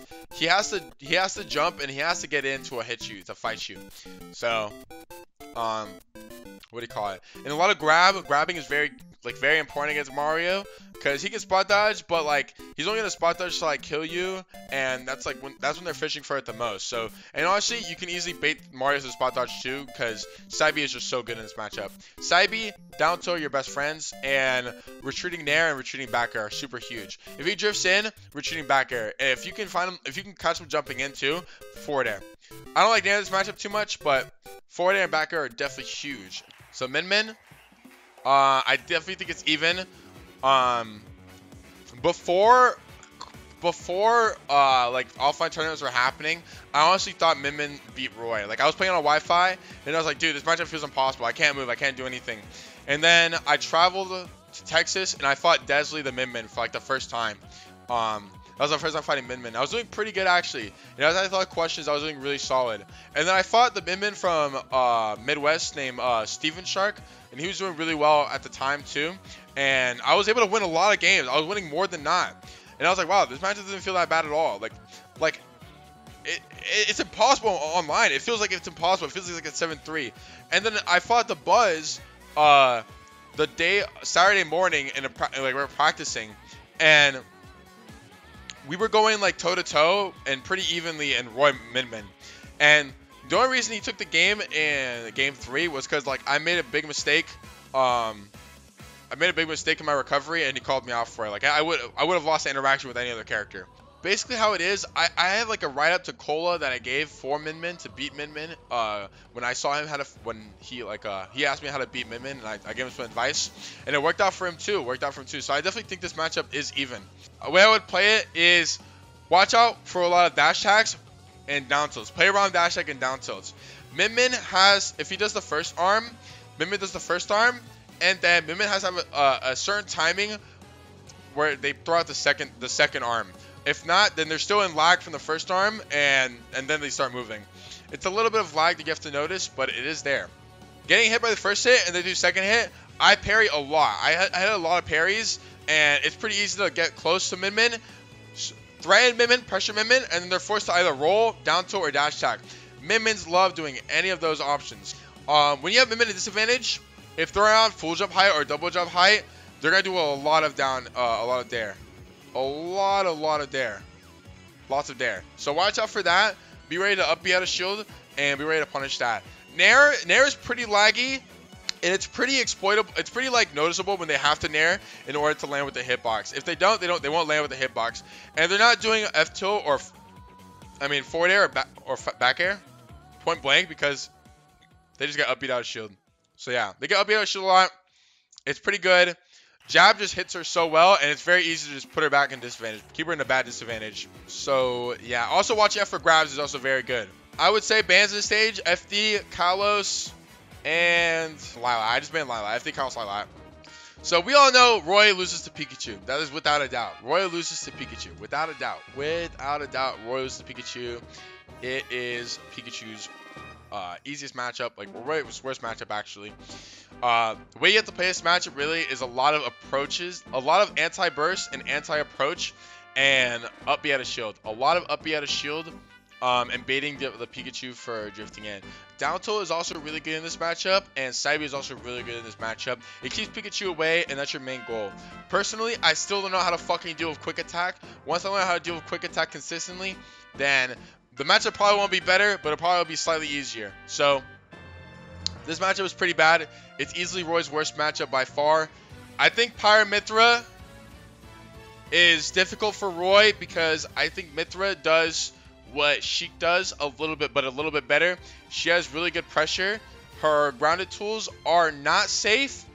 But in certain cases where she max range spaces it, F tilt -11, you can't short hop side B out of shield.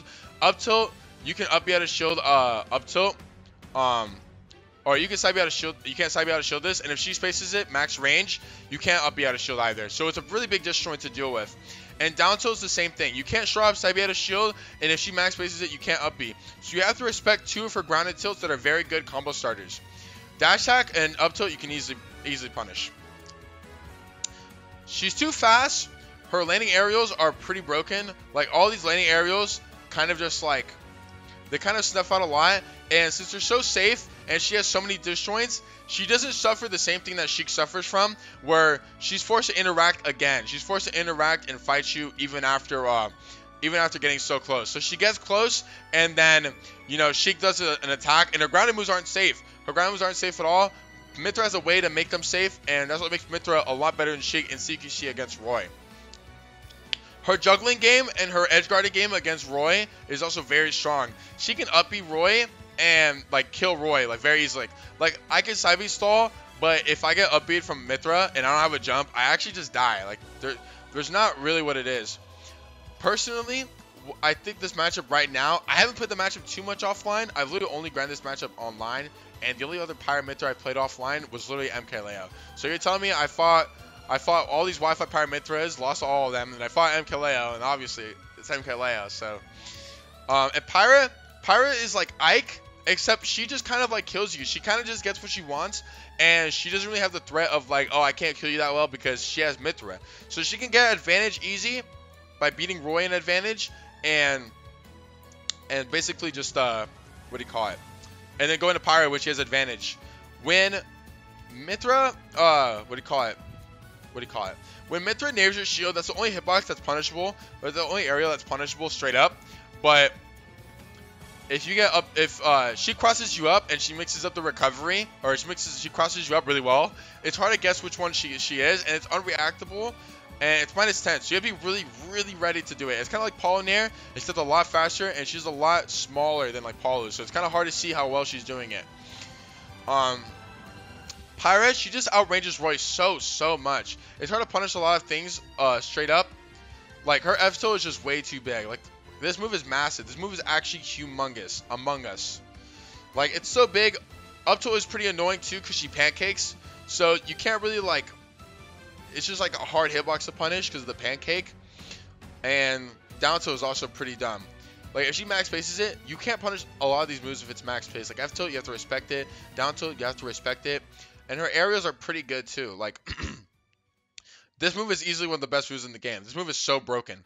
Like, you can't deal with a lot of her hitboxes, and you kind of have to hope that you beat them out by being faster or by being out of shield. So it's a lot of risky gameplay against Pyra Mythra, and like, her down air is pretty safe too. If she max spaces that down air, you can't punish it at all. So it's pretty hard. I could see it being even in the future. I could even see Roy winning in the future. But as of right now, I definitely think Pyra Mythra beat Roy. The way I would play it is I would do a lot of down tilt and a lot of dash back. A lot of dash back against Mythra, and be ready to side B and be ready to up B, kind of like a reaction or like a read of her jumping into you and swinging.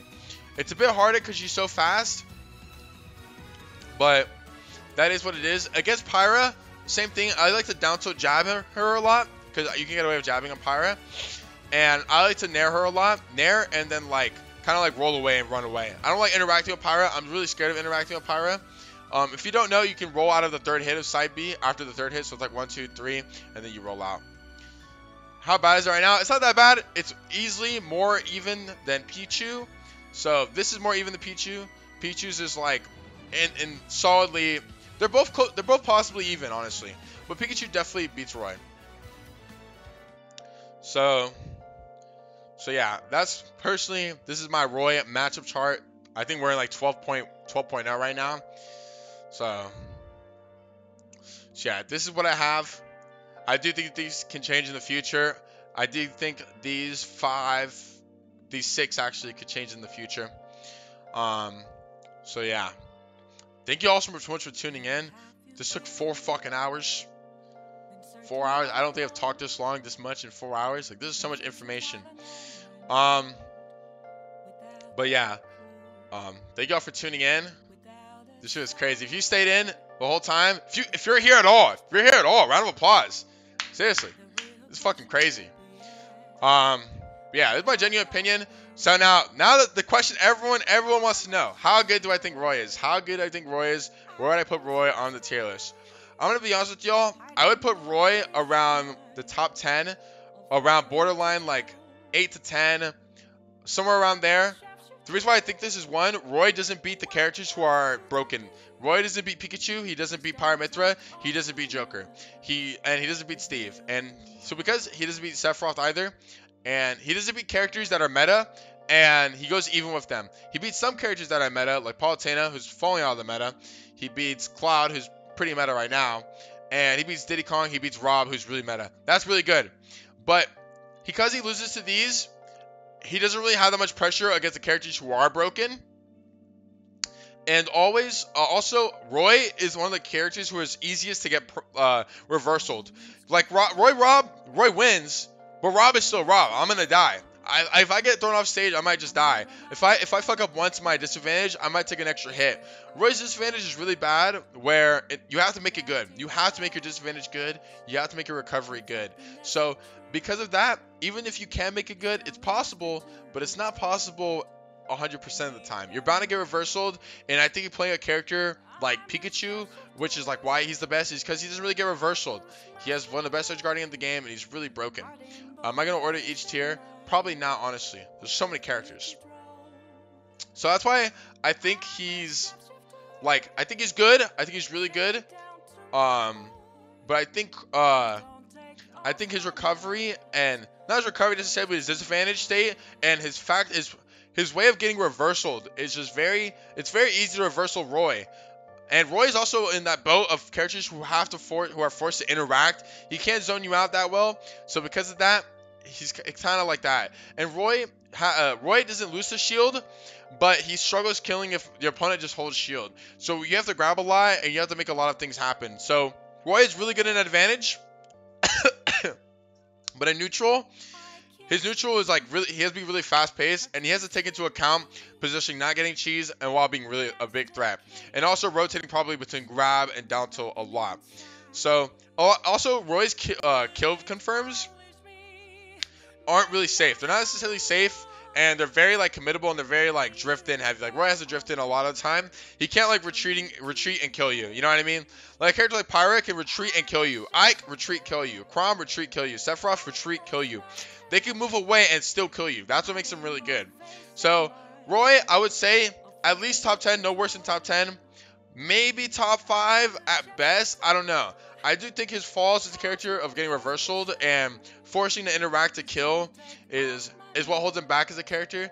But I do think he's really solid. I just don't think he loses matchups. I just think he struggles in consistency due to his how easy it is to reversal him. Now, is Chrom useless? No, Chrom is not useless.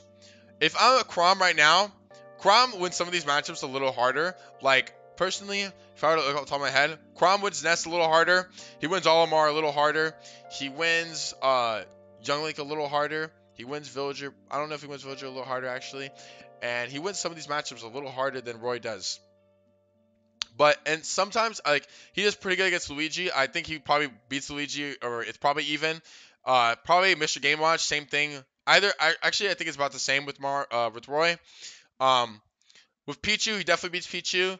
Pikachu, I think it's about the same, honestly. I don't think it's that much better. And Greninja, Wario, it's all the same. I think Steve is worse. Snake is about the same. Joker is worse. I just think he loses too many matchups that Roy he loses too many matchups that Roy does better than. Where as Chrom, he just struggles. He struggles too hard. It's too hard for him. And when I talk about Roy getting reversaled, Chrom just dies. Chrom, there's no like reversal, you take 50 or you die. It's Chrom dies. You know, it's too hard for Chrom. Roy is like better Fox, faster Fox. He's like better Falcon. Chrom is just too risky. He's too risky to play. And you have to be very, very, very disciplined with Chrom. So yeah, like there's matchups Roy wins, like Palutena, where I would just never go Chrom in. I just don't think I would go Chrom in. Like R.O.B, I would never go Chrom in. There's no point. I'm a sharpshooter at post masquerade, hiding both face and mind, all free for you to draw.